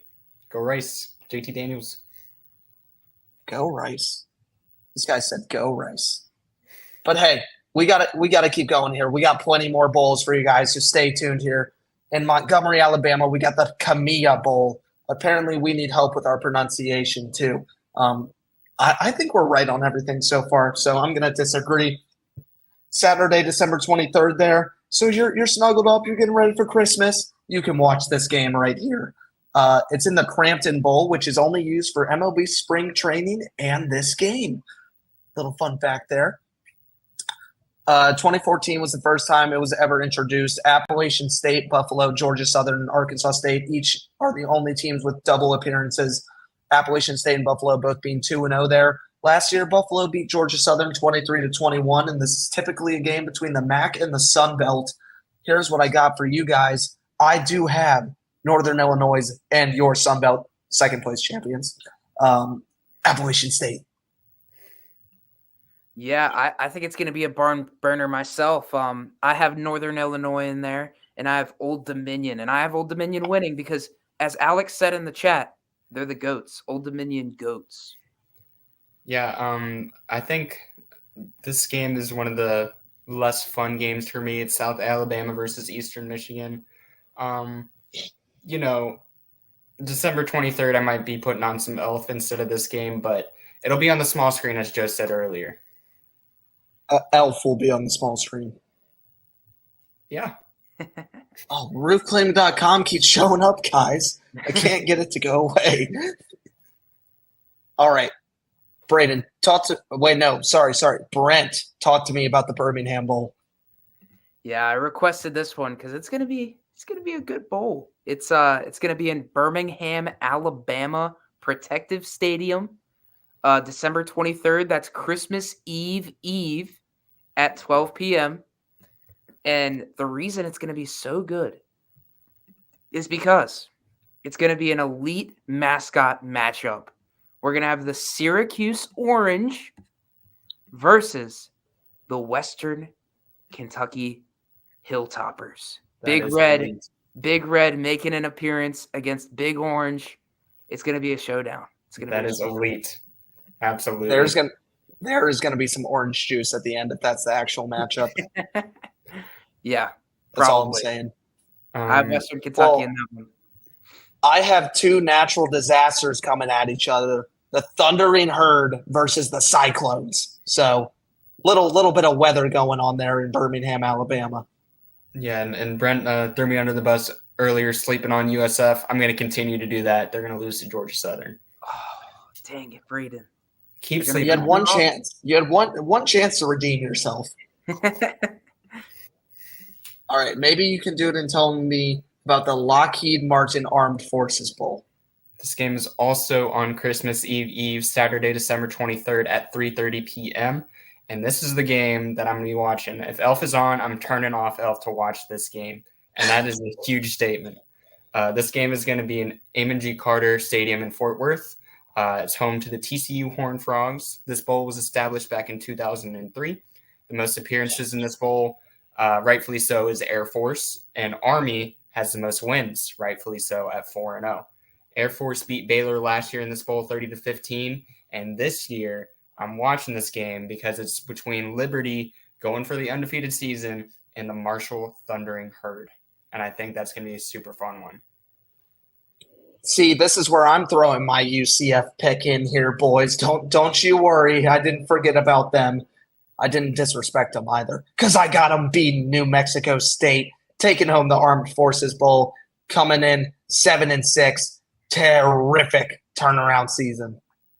Hey, I'm the only one that put an Armed Forces in the Armed Forces Bowl. You gotta respect them. Air Force. No. Air Force. They're going to beat New Mexico State in the Armed Forces Bowl. Talking about they're a getting little cold at busy. the wrong time for the Air Force. They were one of the last undefeated teams in the country, and then have just gone on a losing streak. Mm-hmm. Yeah, it didn't go great. Let me talk about my favorite bowl, and it's easy. It's the famous Idaho Potato Bowl in Boise, Indiana, Idaho. Excuse me. That's not great. We should probably end the podcast. In Boise, Idaho, the blue field. You got to know it. You got to love it. I talk about the Boise State Broncos all the time. Saturday, December 23rd, also at 3:30 there in Albertson Stadium. 1997, first time it's played. And get this, Boise State and Idaho are the two wins that have won it the most. That doesn't seem fair, but it's true. Last year, Eastern Michigan beat San Jose State 41-27. Usually a matchup of the MAC between the Sun Belt. What do we got here today for you guys? It's a simple one. It's the best game you could possibly have. It's Bowling Green. It's Wyoming. And an absolute showdown. And I got the Cowboys winning this one. Yeah, I got Georgia Southern and San Jose State. Probably not going to tune into that one, but I have Georgia Southern winning. Here is where I'm going to respect Air Force, and I'm actually going to have them winning against Ohio. So respect Air Force. Respect Air Force. Brent, tell me about what was just one number away from being a great bowl. Yeah, sad. They need to add one to that 68, but we got the 68 Ventures Bowl. It's going to be a great one. Hancock Whitney Stadium. Perfect name. Mobile, Alabama. Yeah. I have Eastern Michigan against Arkansas State, and I have Arkansas State winning that one. Sorry, Joe. I know you didn't want them to win a bowl game, but I have them winning in that one. If Eastern Michigan plays Arkansas State in a bowl game, I'm not watching. I won't watch unless it's called the 67 Ventures Bowl. I got Ohio versus Troy, and Troy would win by a mile. Yeah, I've got a similar situation with the Chanticleer smacking down Bowling Green. Dang it. Such a good golf course. The joke is made every single time, and it's still just as funny. All right, Braden, talk to me about the S.O.S Distribution Las Vegas Bowl, and tell me where it's at. It's first. It is on Saturday, December 23rd at 7:30 p.m. It's at Allegiant Stadium in Las Vegas, Nevada. It's home of the UNLV Rebels and currently the Las Vegas Raiders. It's a beautiful stadium, pretty brand new. The bowl was established in 1992, so the bowl game itself is not brand new. BYU has the most appearances in this game with 6, with Boise State and Utah tied with a record of 4-1 for the most wins. Last year, Oregon State smacked down Florida 30-3. And this year, I have Utah, one of the surprising teams, doing well without their quarterback, Cam Rising. They're going to smack down on the Terrapins. Yeah, I have Utah on this one as well, Braden, and I think it's finally time that JMU gets a little respect, gets a good bowl, a good opponent in Utah. This matchup will be in prime time at 7:30 on a Friday night, so it'll be a good spot for them. But I have Utah winning that one. Unfortunately, I think they're going to be a little too much for JMU. And here is the first bowl in all seriousness that I would turn on. I have Notre Dame going up against USC. That's a good I think one. that would be a fantastic game. I had to find a place to throw Notre Dame in there with being an independent. In my opinion, just the 9-3 record is not enough to get them in a New Year's Six or anything too much bigger than this. But them playing against with that at-large bid, being able to go up against a Pac-12 team in USC, that's a game I want to watch, guys. But with that being said, let's go over to Honolulu, Hawaii, boys, where we got the Easy Post Hawaii Bowl. And let me be the one to tell you guys about this. So over here in Honolulu, Hawaii, unfortunately, the Rainbow Warriors did not become bowl eligible this season, but hey, there's always next year. Playing in the Clarence T.C. Ching Athletics Complex since 2002. It's been hosted in Hawaii. Get this, Hawaii has the most appearances with 9, most wins 5-4. Last year, Middle Tennessee beat San Diego State 25-23. Now for this bowl game, I have a scrumptious matchup in Rice versus San Jose State. Nice. Not great. I have Utsa. That's my team. Beating UNLV. Get it done, Roadrunners. Get it done. I also got UNLV going up against SMU. SMU is going to get it done there. SMU would win that game by 40. Yeah. Brent, tell me quickly about this one. Yeah, we got the Military Bowl. Wait. No, sorry. I skipped one. We got the Quick Lane Bowl in Detroit, Michigan. It's going to be at Ford Field, Lions Stadium. And in that one, I have Miami, Ohio taking on Texas Tech Red Raiders. I have the Red Raiders winning in that matchup. Let's take a moment to look at this. Miami, Ohio. Two Minnesotas and a sole Texas Tech. Wow. We almost had the same matchups. Sorry, guys. It was too good to be true. It's okay. We'll take our 5 points. Well, actually, Braden will only get 3 because Minnesota's absolutely winning this bowl game. But I'll take my points. We need a punishment for the loser. Somebody start thinking of that. We'll shame them publicly on here with something. That'll work. Braden, tell me about the Serve Pro First Responder Bowl. Yep, that is going to be day after Christmas, Tuesday, December 26th at 5:30 p.m. in Gerald J. Ford Stadium in Dallas, Texas, home of the SMU Mustangs. This bowl was established back in 2011. North Texas has the most appearances with 2. Their record is 1-1. Last year, Memphis beat Utah State 38-10. And this year, I got a revenge game for the ages. It's going to be West Virginia going up against – sorry, I lied. I just straight up lied. It's West Virginia versus Old Dominion. I don't know why I thought I had Rice in here, but I do not. I'm just a liar. I apologize.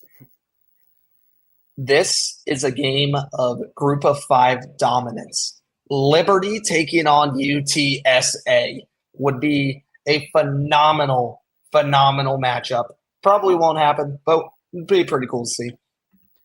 Yeah, I got the Memphis Tigers going up against the Iowa State Cyclones, and I have Iowa State winning that one. Nice. Let's keep on keeping on here in the Guaranteed Rate Bowl over there in Phoenix, Arizona. Shout out Brett Farrar for being the only person I know from Arizona. So that's a pretty cool accomplishment. Over there, they play at Chase Field, which is home of the runner-up World Series, runner-ups to the Arizona Diamondbacks. They've been playing there since 1989 here for this bowl. Kansas State and Minnesota have both appeared 4 times, with Kansas State being 3-1. Last season, Wisconsin took down the Oklahoma State Cowboys 24-17. This is typically a matchup between the Big 12 and the Big 10. With that being said, this is an interesting one that I would not have thought at the beginning of the season. I have the Kansas Jayhawks going up against Rutgers. Oh, Kansas across the board. Yes, sir. I got Kansas against Minnesota. You guys had Minnesota in that other bowl, the Quick Lane Bowl, which I did not. But Kansas will win this one because Kansas is a good team. Looks like we all got Kansas winning. We're starting to get into the better bowls. I don't know how Cal snuck their way up here for me, but they did. Kansas is gonna beat them pretty bad. Pretty bad. All right, Brent. Now you can talk about the Military Bowl. Yeah, I jumped the gun on it a little bit earlier, but I got the Military Bowl presented by Go Bowling in Annapolis, Maryland. It's at the Navy Marine Corps Memorial Stadium. And I have in this one a really good matchup, actually. I have SMU against App State. I think that would be a phenomenal matchup. 2 very good teams. and I would have the SMU Mustangs winning in that one.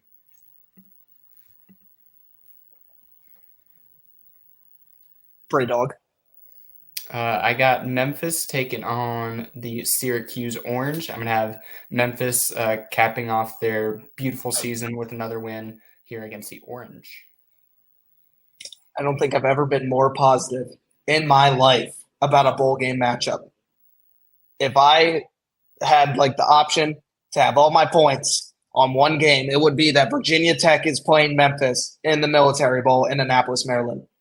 I'm so confident. They won't put us in the Pinstripe Bowl again. I can't do it. But let's talk about the fact that we're going bowling. Let's go. Let's go. We made it. We somehow made it. And also, I think it'd be kind of funny to say that there's a drone strike in the Military Bowl.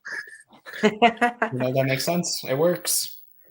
So, for those that don't know, Kyron Drones is our quarterback of the Virginia Tech Hokies, and his nickname when he throws a deep pass is a drone strike. So, that's where that came from. But let's go ahead. Oh, Braden, this is a good one you get to talk about here. Talk to me about Will Levis. Mayo Boy. Sponsoring the Duke's Mayo Bowl here in Charlotte, North Carolina. This one, I think, is a good one. We got Miami, Florida versus Ole Miss coming in here.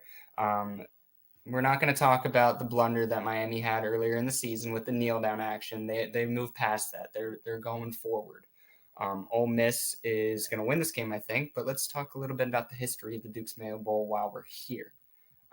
This game is going to take place on Wednesday, December 27th at 5:30 p.m., in which Ole Miss is going to win once again.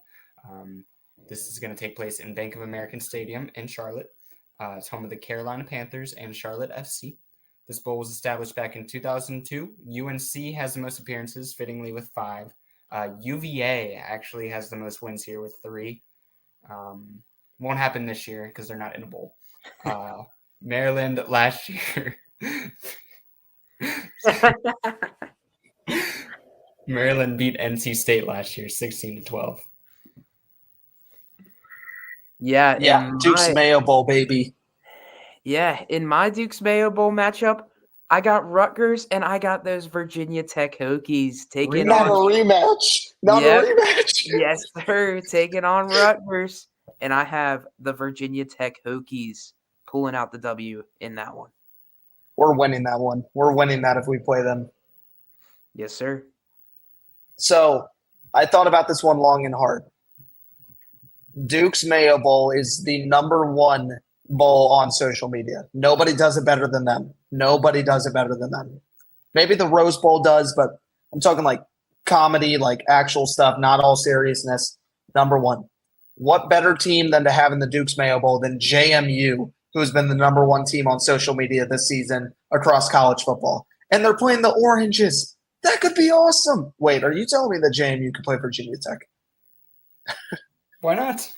We moved our schedule to get away from them. We moved our schedule to get away from them because we were scared. But if they put us together, we don't have a choice. That would be amazing. I would love that. Although I think Tech would get smacked. Sorry. That's fair. I don't think we'd get smacked, but we'd definitely lose. Anyways, let's talk about my parents' TV provider, DirecTV Holiday Bowl in San Diego, California. So I didn't know DirecTV was sponsoring a bowl. I didn't even know cable still existed. But let's talk about it. Playing over there in Petco Park in San Diego, California, home of the Padres. Since 1978, the Bulls have been played there. Dare I say this team, BYU, has made the most appearances, and they're 4-6-1 in the bowl. They've actually tied. Last year, Oregon beat UNC in a fantastic game, 28-27. It's typically between a ACC and – wait, no, sorry, I'm reading the wrong thing there. It's typically between a Pac-12 team and an ACC team, and here's how I broke it down, with my Pac-12 team being Utah versus Georgia Tech. Yeah, I have my Pac-12 team being Arizona, and actually a very good team this year that's really not talked about that much in the Pac-12. Arizona against Duke. Arizona will win that one easily. Yeah, I agree with you here, Brent. Braden, I don't want that matchup. I don't want it either. I don't want it either. Because as Brent said, Arizona has been one of the surprising teams in the country this year. They've been really good. They've beat good teams. They've competed with good teams. And if we get matched up against them, us being Virginia Tech, we're going to get rocked. And that's what I think is going to happen. So it's going to be unfortunate to watch. Yeah, just a bit. Hey, taxes are coming up in April. Tell me about the Tax Act Texas Bowl, Brent. Yeah, Tax Act Texas Bowl. I'm an accountant, so that one hits home. It's going to be don't audit. I am on audit. I don't do taxes, but I am an accountant. That one's going to be at NRG Stadium in Houston, Texas. And I have that one being Oklahoma State and Auburn. And I think Oklahoma State will win that one by a little bit. I think it'll be close. I got the West Virginia Mountaineers going up against Auburn. I think that'd be a pretty fair matchup.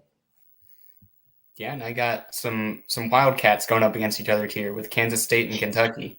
I have Kansas State winning that one. Okay. Let's get a little spicier here. Let's go, Braden, here to the Wasabi Fenway Bowl. Yeah, this bowl is happening Thursday, December 28th at 11 a.m. in Fenway Park. Always love to have football games in a baseball stadium. It always works out. There's no problems ever. Makes sense. This bowl was established last year. Louisville and Cincinnati appeared in it, and Louisville got the first ever win in this bowl, in which they beat Cincinnati 24-7.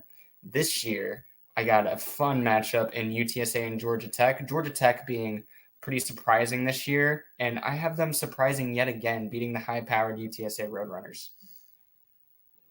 What is a UTSA? Sorry. Thank you. Okay. Just making sure. Here in the Wasabi Fenway Bowl, I have the SMU Mustangs because they're one of the hottest teams here in the AAC, going up against the Miami Hurricanes because it gets a little hot down there in Miami, and just a disappointing season overall from them. Yeah, I also have Miami in that one, facing off the red-hot Tulane Green Wave. I think Miami's going to be a little too much for them. I have Miami winning that one. Has anybody asked the question, what makes the wave green? P.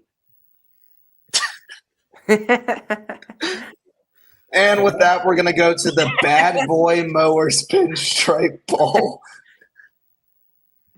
out of Bronx, New York, out of Yankee Stadium. The Bad Boy Mowers Pinstripe Bowl. What a name for that one. Typically a matchup between the ACC and the Big Ten. Here for the Pinstripe Bowl, mostly known. We'll go through a little bit of the history here for it. 2010 is when it was established. Syracuse versus Syracuse is the Syracuse's number has been there 3 times and has won 2 of those 3. Minnesota beat Syracuse, their lone loss, 28-20 last season. We won't talk about the time in 2021 because we're talking about 2022. But I have the head coach list. Duke Blue Devils going up against the Maryland Terrapins. Go Terps. Yeah, I got Georgia Tech and Northwestern in that one. Not that fun of a matchup in my opinion, but I have Georgia Tech winning that one. Yeah, I have another. I think just because Northwestern's involved, it's not a fun matchup, but I got Duke and Northwestern. I have Duke taking that one. Nice. Oh, spoiler there. But tell me about the Pop-Tarts Bowl, Brent, which was the Cheez-Its Bowl last year. Yeah, I mean, I love me some Cheez-Its, but Pop-Tarts are pretty freaking good. I gotta say, I love the blueberry ones. Those are probably my favorite. Would you eat the mascot? Yes, absolutely, I would. Did you see the article on that? No. The mascot is going to be edible this year. As a prize for the winner. Ooh. Yeah. I'm tuning into that one. I'm curious. Very curious. Hopefully it's a blueberry Pop-Tart. Awkward. But yeah, this one will be at Camping World Stadium in Orlando, Florida, December 28th. That's a Thursday at 5:45 p.m. In that matchup, I have UNC against Kansas State. I think that'll be a pretty good matchup. Drake May against Kansas State, which has been a really good team this year. I'd agree. I'd agree with that matchup. And I have UNC winning that one. Drake May gets the W. I would agree with UNC Kansas State. Okay. Anyway, we're gonna talk about my matchup because it's better between NC State and Oklahoma State. I have Oklahoma State winning. I want to talk about the mascot change here. I think Cheez-Its got tired of sponsoring 2 bowls. I think they understood that it was a little bit confusing when you have the Cheez-It Citrus Bowl and the Cheez-It Bowl. And I think to patch the torch off to a good mascot there in Pop-Tarts. I think it was a good decision. Who doesn't love a good What pop? a bowl. Exactly. What bowl. Let's go over down there to the Alamo Cinema in Winchester, Virginia for the Valero Alamo Bowl. Yes. The Valero Alamo Bowl is Thursday, December 28th at 9:15 p.m. It's at the Alamodome in San Antonio, Texas. Sorry, it's at it's the Alamodome at San Antonio, Texas, between the home of the UTSA Rome Runners, founded back in 1993. Texas has the most appearances in 6, and they're 4-2 in those appearances. But last year, they got one of those losses handed to them when Washington beat Texas 27-20. This year, such a good game. Yeah. This year, I have Texas's rival Oklahoma playing up against Oregon State, a great Pac-12 team this year. The Pac-12 has been really fun to watch this year. It's a shame that they are disbanding, basically. And I'm going to have Oklahoma State or Oregon State getting the laugh here. Yeah, I am also with you, Braden. I got Oklahoma in this one going up against the Arizona Wildcats, however. If it's Brent's matchup, I swear. We all have Oklahoma here, but it's going to be against a Pac-12 team, and I think USC would be a good matchup in this one. Caleb Williams against that Oklahoma defense. I think it'll be a good game, and I hope it happens. I have Oklahoma winning, though, because Caleb Williams is trash. I don't know if it's Caleb Williams or if it's the fact they have the worst defense in the entire NCAA, but it's probably it's both. It's both. We'll jump over here to the another bowl about taxes. The Tax Slayer. That's Brent's nickname around the office. The Tax Slayer. The Tax Slayer Gator Bowl. A little bit of history behind that one. It's going to be played in the Jacksonville Jaguar Stadium and Everbank Stadium, TIAA Field, 1946. First time that was played. Florida and Clemson both have 9 appearances, but Florida has the best record in 7-2. Last year, Notre Dame beat South Carolina there 45-38. This one has a couple different teams it can always be. But for this year, the Tax Slayer Gator Bowl is one I won't turn on. NC State versus Northwestern. Yeah, in that one, I have Clemson and Maryland, which I think would be a really good matchup. Clemson against Talia Tagovailoa, and I have Clemson getting the W in that one.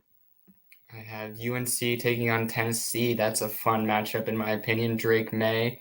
Not going to be enough to get it done against Tennessee, though. Not enough to get it done against Tennessee. Mm-hmm. Hey, Hendon Hooker's about to start practicing, FYI. Just thought that would be cool to share. Brent, tell me about Frosted Flakes. Tony the Tiger, baby. Love me some Frosted Flakes. It's the Tony the Tiger Sun Bowl. It's going to be December 29th at 2 p.m. in Sun Bowl Stadium in El Paso, Texas. And in that one, I have the Battle of the States. NC State versus Oregon State. I think that would be a really, really solid matchup. And I have NC State winning that one. Yeah, you can tell we're getting into the better games here, the better matchups. I have a matchup between 2 of the more disappointing teams in the country this year. People had high expectations for these teams, and Clemson and USC, and historically good teams just not getting it done this year. I actually have Clemson winning this ball game. I have Clemson and Oregon State, so I'm taking half and half of each of you here. I also have Clemson winning this game, especially without their head coach over there in Oregon State. I just don't think they get it done with Uiagalelei. Did I even say that right, Braden? How'd I do? Sounded good to me. Revenge game. Let's- DJ What a Ukulele win. revenge game. True. that was another thing I'd seen in it, but I'm glad that got pointed out. Hit me, Braden, with the auto zone. Get in the zone. Auto zone. The Liberty Bowl right here in Memphis, Tennessee is going to be on Friday, December 29th at 3:30 p.m. It's taking place in the home of the Memphis Tigers. This bowl was established back in 1959. It's an old one. Arkansas has the most appearances in this bowl with 6. Ole Miss has the most wins, going 4-0 in their 4 appearances. Last year, Arkansas added to their total by beating Kansas in an triple overtime thriller, 55-53. This year, I have this bowl going between Iowa State and Auburn. Auburn seconds or a 4th and 31 away from beating Alabama. Couldn't get it done. They're going to lose again to Iowa State here. Yeah, I have WVU and Kentucky in this one. Surprisingly enough, Braden and I actually did this one for the preseason as well, and we had them going 4-8. Mm-hmm. So very surprising season from WVU. I don't even know if their fans were expecting them to have this great of a season, but they've looked good. Yeah, and I'll give them credit where it's due. I think in our preseason minds, 4-8 was generous for us to give them back then too. They looked like the worst team in the Big 12 for sure at the time. That is fair. I have Oklahoma State going up against Texas A&M. I think that'd be a little bit of a nice matchup there, especially with A&M and Texas renewing their rivalry next year in the SEC. So after getting beat down by Texas, maybe they can try and beat A&M, but I don't believe they will. I have A&M winning that one. But let's go over here to the Goodyear Cotton Bowl Classic in Arlington, Texas. This is one of those pretty big bowl games. We're going to start getting into the major ones here. So strap in, get tuned. We're almost finished here, but these are the most important ones we're about to talk about here with the Cotton Bowl. On Friday, December 29th, it'll be played in the Dallas Cowboys Stadium. It's been playing in the Cotton Bowl since 1937. Texas has appeared in it 22 times, going 11, 10, and 1. Last year, one of the craziest bowl games in history, Tulane beating USC 46-45, effectively destroying Caleb Williams' career. It seems like he has not bounced back from that. But no, in all seriousness, just a crazy game, being down 2 scores with 2 minutes and somehow winning that ball game, going for 2 and winning it. Fantastic game by the Green Wave there. I have Texas playing Tennessee here and a little taste of an SEC matchup. Holy crap, Brent, what is that? Yeah. Oh my. Yeah. Hey, don't make fun of me too much. All right, all I'm going to say is this.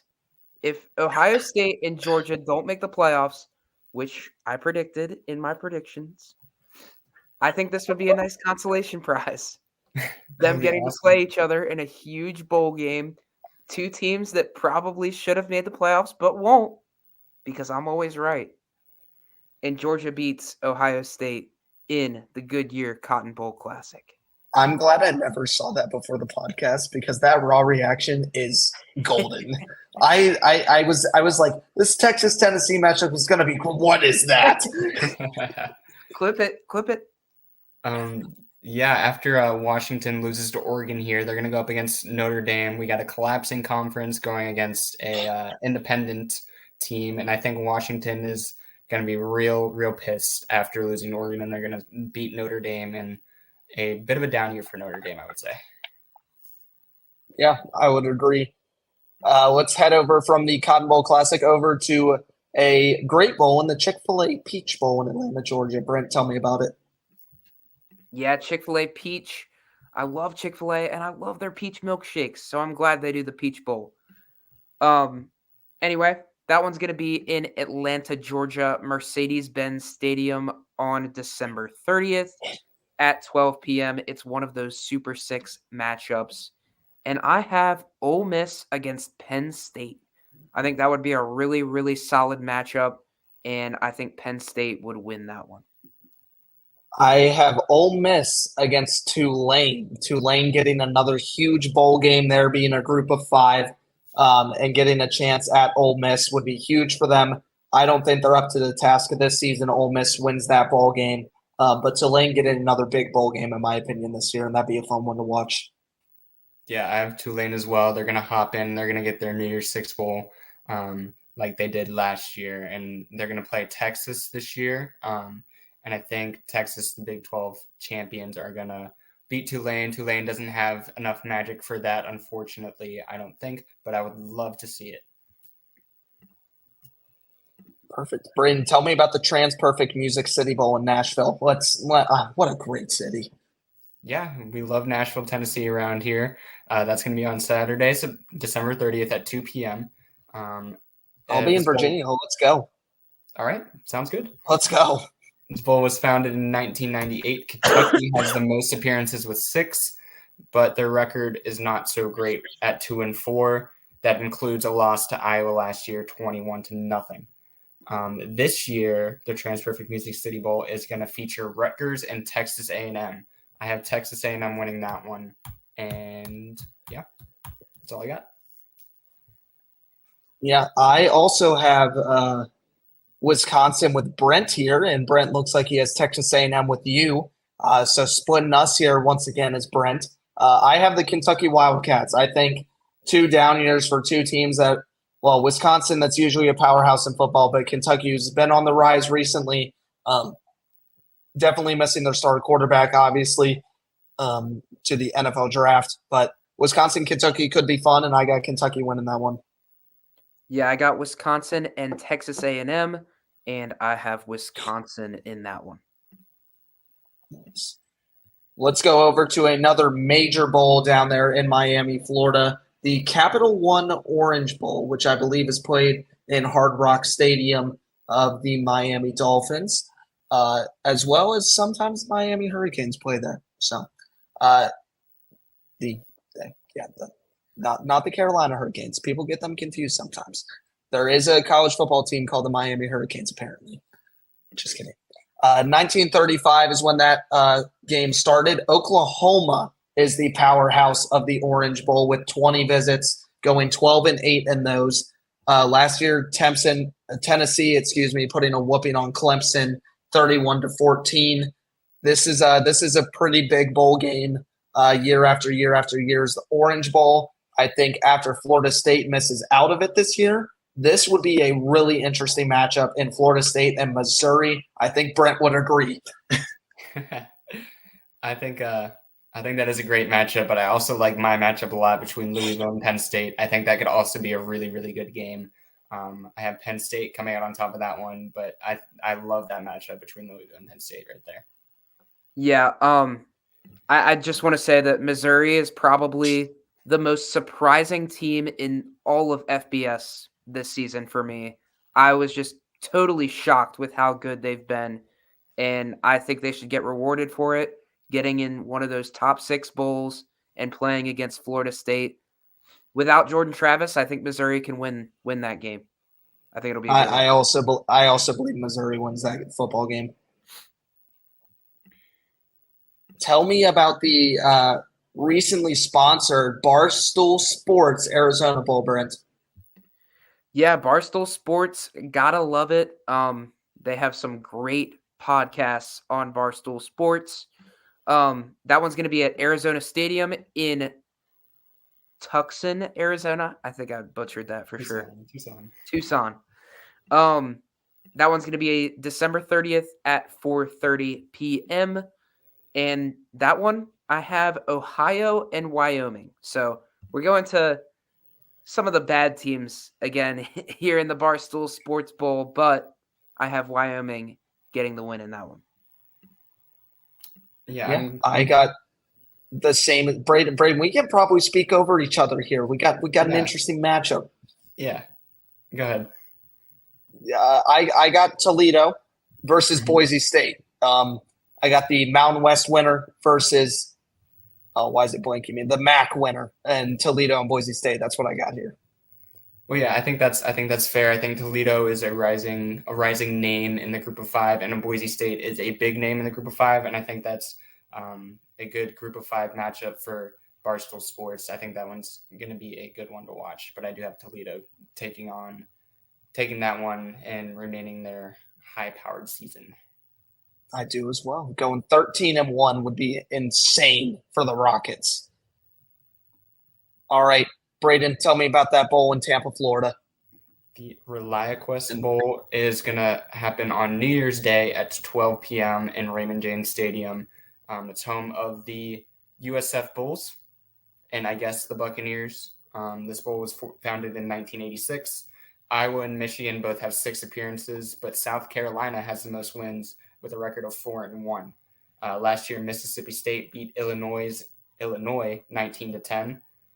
This year, I have Missouri taking on Wisconsin in a game that Missouri is going to run away with.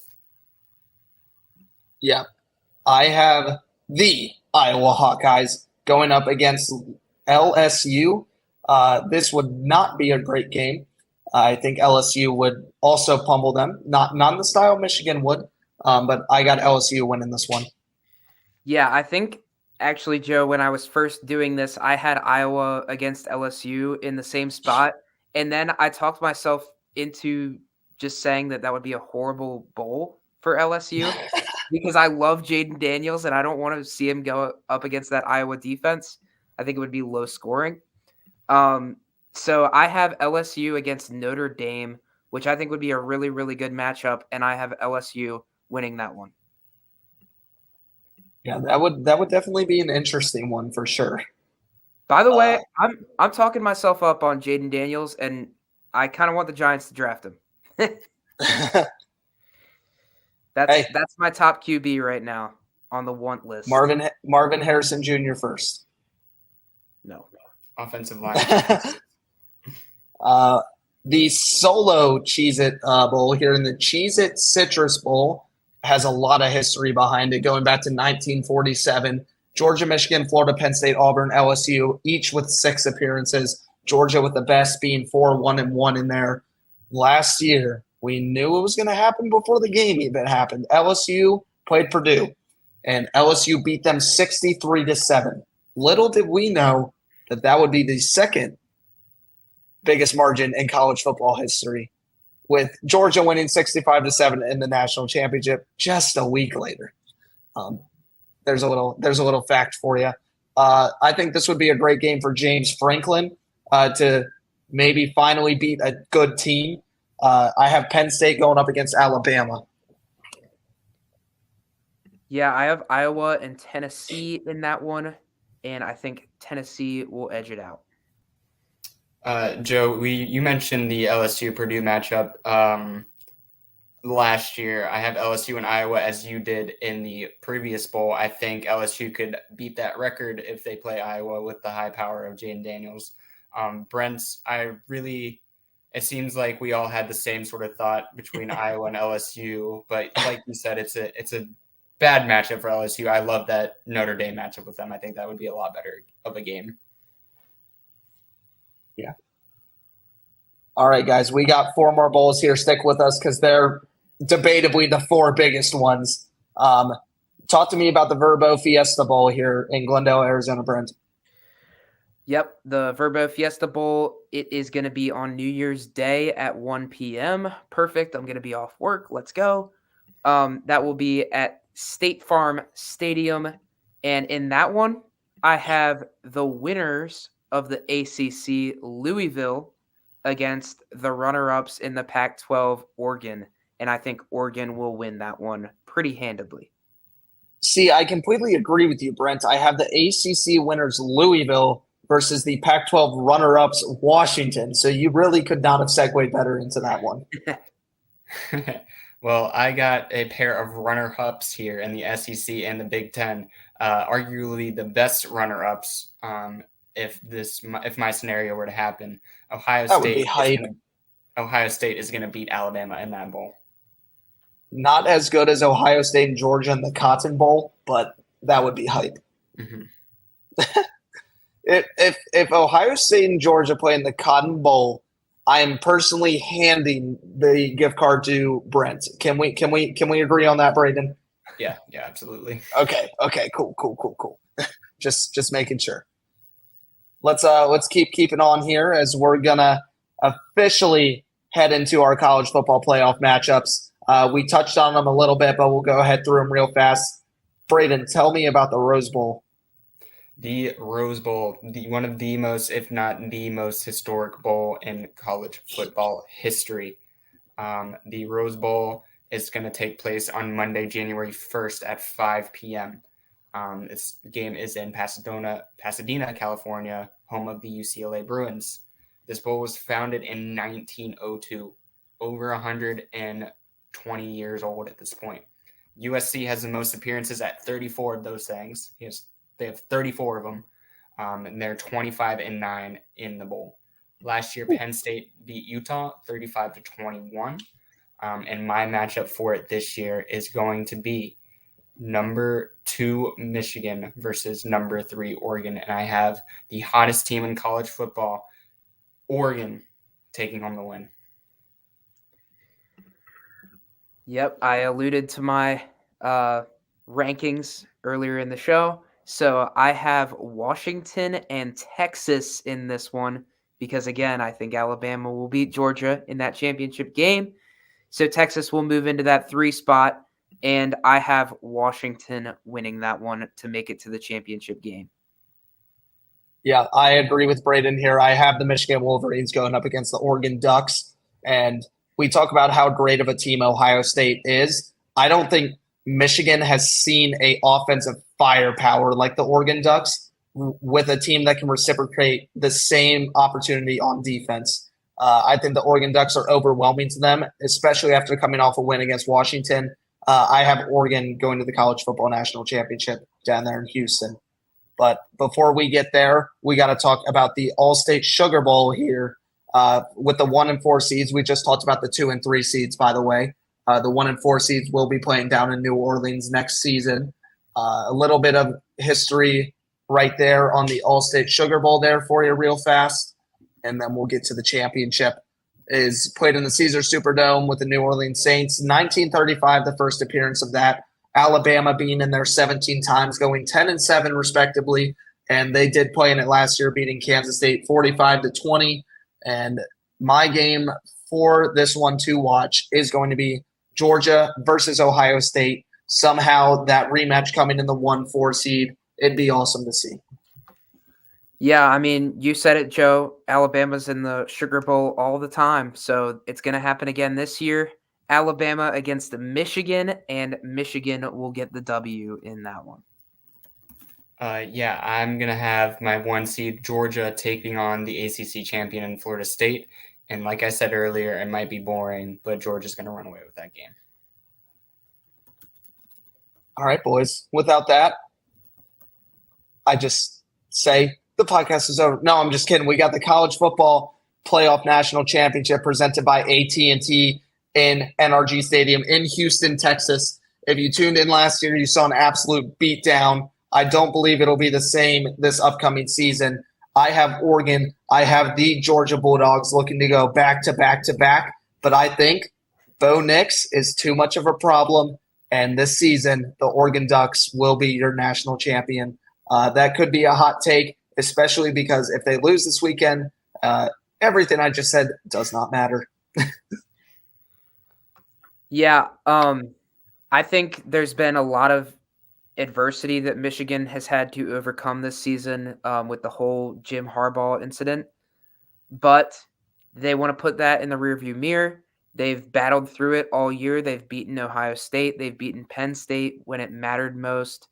They're going to destroy Iowa this upcoming weekend, and I think Michigan is the best team out of all of the teams in college football, including Georgia, and I think they win the national championship. Joe, I am with you here. So, Oregon, in my opinion, has the hardest path to get there and win the national championship out of any of the teams that we're talking about. They have to beat Washington. They have to beat, in my scenario, they would have to beat Michigan, and they would have to beat Georgia. But Bo Nix is the most experienced college football quarterback ever. And I think that experience is going to help him get the win over the Georgia Bulldogs, preventing the three-peat and making your Oregon Ducks national champions. Braden and I have a lot relying on the game on Friday, Brent. Yeah. But so does everybody else in college football. So, hey, might as well join the crowd, right? It's incredible. Guys, we are officially bowling. We are officially about to be here 3 days from the first championship game of championship weekend in the craziest week of college football. Appreciate you guys staying on here today, all the hard work. You guys got anything to say before we head out? Nope. It's been a long podcast, but it is the kickoff of season 5, so I would expect nothing less. Thank you guys for tuning in. Exactly. I agree. It's been a long one, but I think it's been a good one. It's been very chaotic, and thus is college football. Yeah, absolutely. We're just getting started here on the Sports Outlet Show. First of all, thank you guys for 4 great full seasons with us. This is our 3rd now on YouTube. Our first 2 just starting in the basement, going on a thing called Buzzsprout. We've made it a far way here on the Sports Outlet Show, so I appreciate it. Big shout out again for the logo banner designed to Alex Bagoon from Oklahoma, working over here, my coworker and a great friend. Thank you so much. Appreciate everybody that's ever tuned on here and continues to watch and hang out with us. We appreciate y'all. And hey, it's going to be a crazy weekend in college football. And hey, it is officially also basketball season. I'll give a shout out to the comment section there. We'll talk March Madness in March, though. So we'll catch you guys here next time on the Sports Outlet Show. Appreciate y'all tuning in. Get some sleep tonight. It's some craziness coming up in the next few days. That's all from the Sports Outlet Show. Till next time, guys. We'll see you.